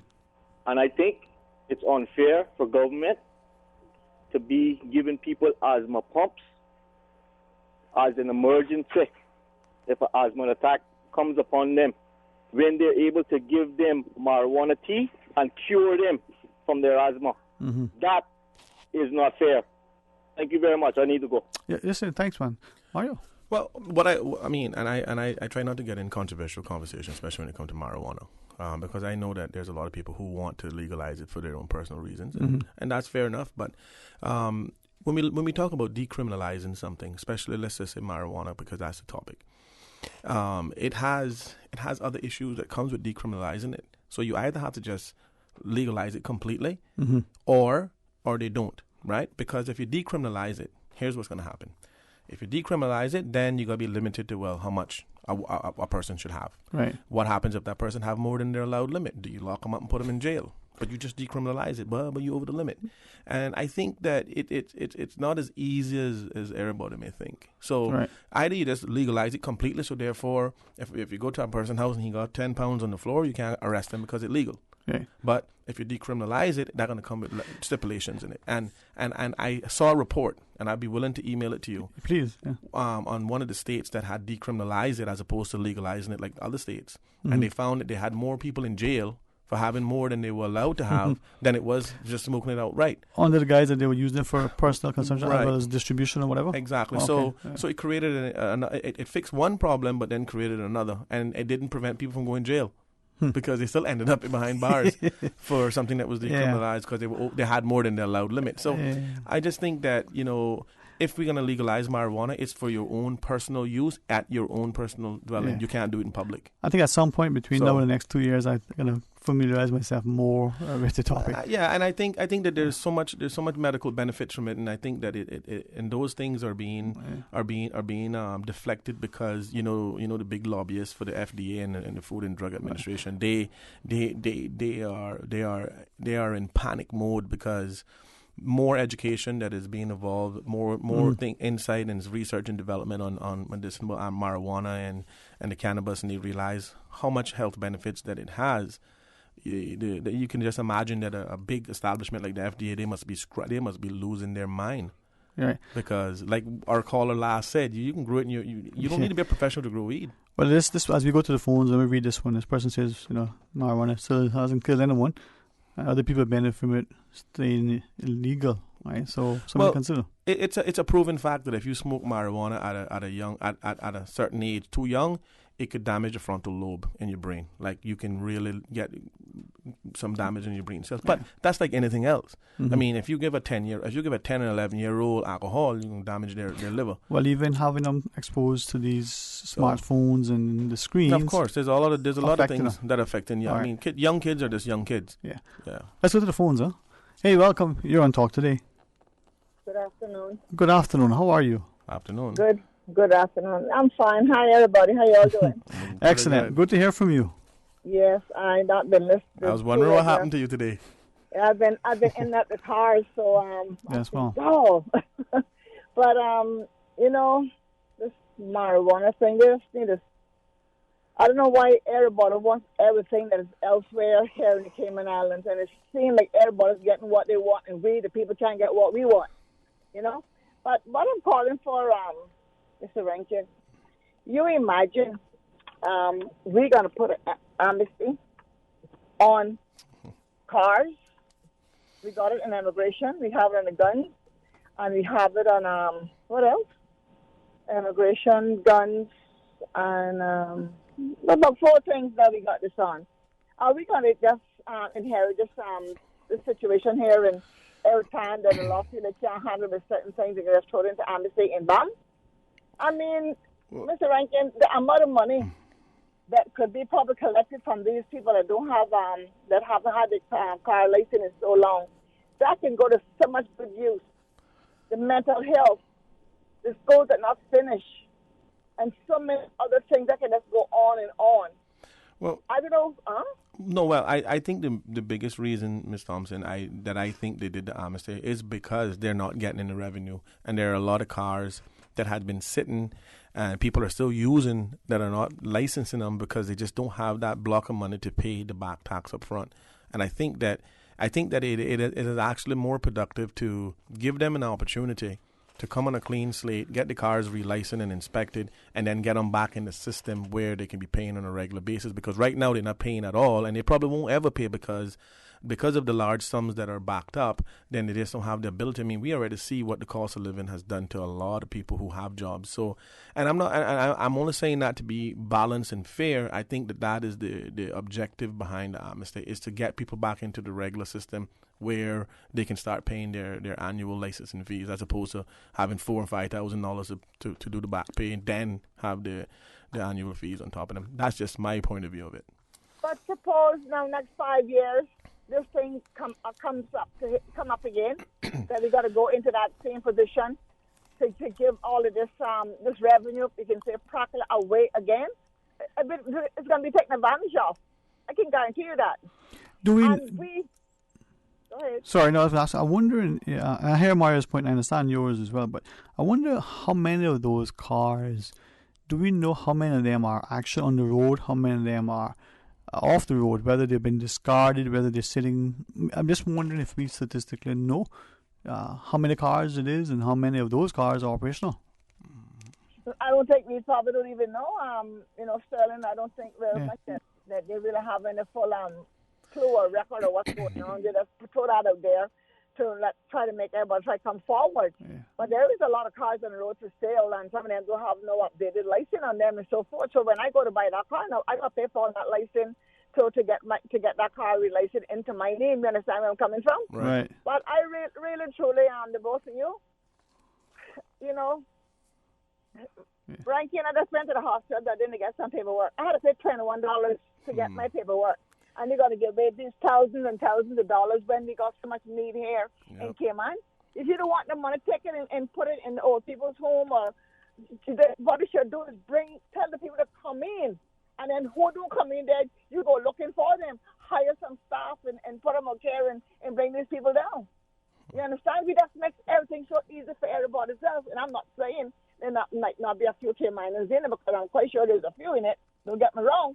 But we got thousands and thousands of dollars leaving this island on a daily basis when weekend comes and on Monday morning. And we're just making it so comfortable for everybody. There's enough for the Caymanians? I don't think so. Right. But that's my 2 cents. All right, well, thank you very much, and I appreciate it very much. And with that in mind, here we have a couple of comments. A couple more calls, Ms. Susan. All right, couple of calls, couple of WhatsApps. Let's go to the phones. Hey, good afternoon. Welcome. Thank you for sharing. Yeah, good afternoon, Dwayne. Hey, welcome back again, man. How are you again? I just want to, maybe I was harsh to my friend, good Mr. Rankin. So but he's tough, man. He's tough, man. I know he's tough, so I want to apologize, because Fair enough. Sometimes maybe using a little harsh word to respond to something is not good. So when I am wrong, I am wrong. I mean, I am not wrong in my opinion, but the way how maybe I deliver my opinion was... Thank you, sir. Thank you. Yeah, but what I want to say here, I just want to comment in the Premier speak in the Legislation Assembly and some of the MLAs quickly here. I just want to say that it's correct what the Premier saying. We see a lot of Caymanians getting jobs these days, and that's something good. Unemployment gone down, and that's correct because I see a lot of people are getting jobs different places. I think the new changes, the work, what we call it, changing immigration to a different, what we call it, work agency, whatever you want to call it. I think is bringing some changes, some positive stuff. And the unemployment, I see that a lot of people are getting jobs different places. There is more employment for Caymanians, and that's something very good. I thank the government for doing that. Sometimes nobody criticizes the government more than me, but when they are doing something right, I will thank them publicly. Also, I want to comment in Mr. Arden McLean's speak about the public buses, and I think I would like to thank him publicly for putting out the issue of public buses, because public buses is a serious problem leading to the issue of traffic in Cayman. Those public buses, they don't want to go to the end of their route when they drive from town. They don't want to go north side. They don't want to go east end. They just want to carry people to Bodin town and turn from there. And I think solution to that, which given the officers, the public transport officer, a power of a police officer to give tickets to those public drivers. I think there is no power for the public inspectors to give tickets, but now I think the Legislation Assembly, and I urge Mr. Arden McLean to bring a motion to give power to the public transport officers to have a police officer have power as a police officer to give tickets, to take their license, and the same how police officer can do the public transport officer should do.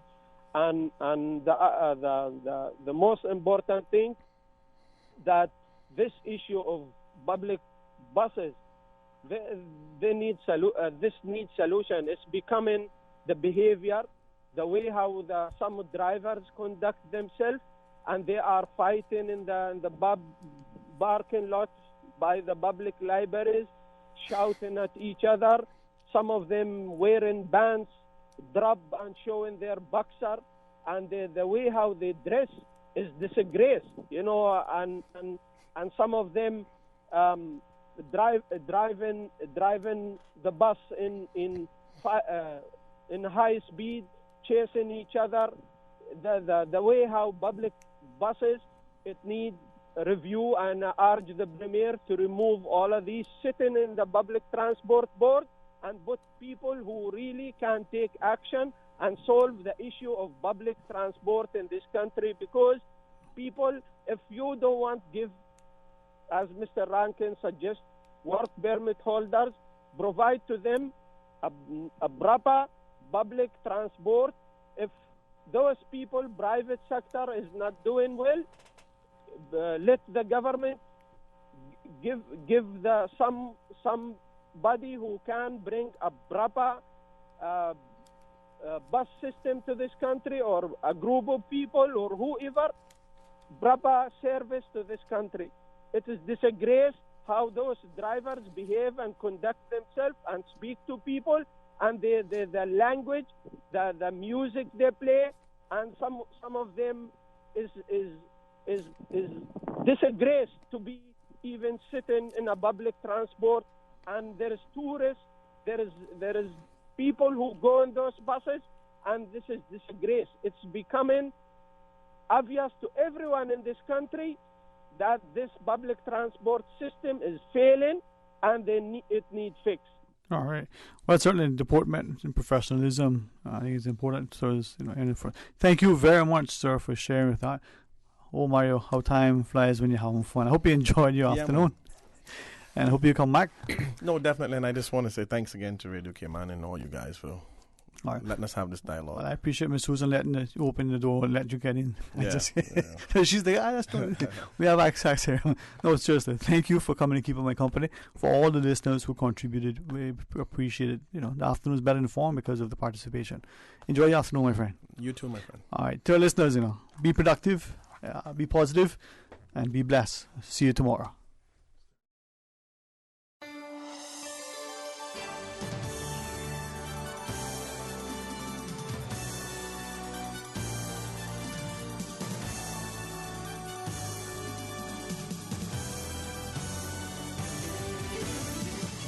All that talk, sit back, relax. Easy listening on the way. You're listening to Susan on the PM Show, Radio Cayman.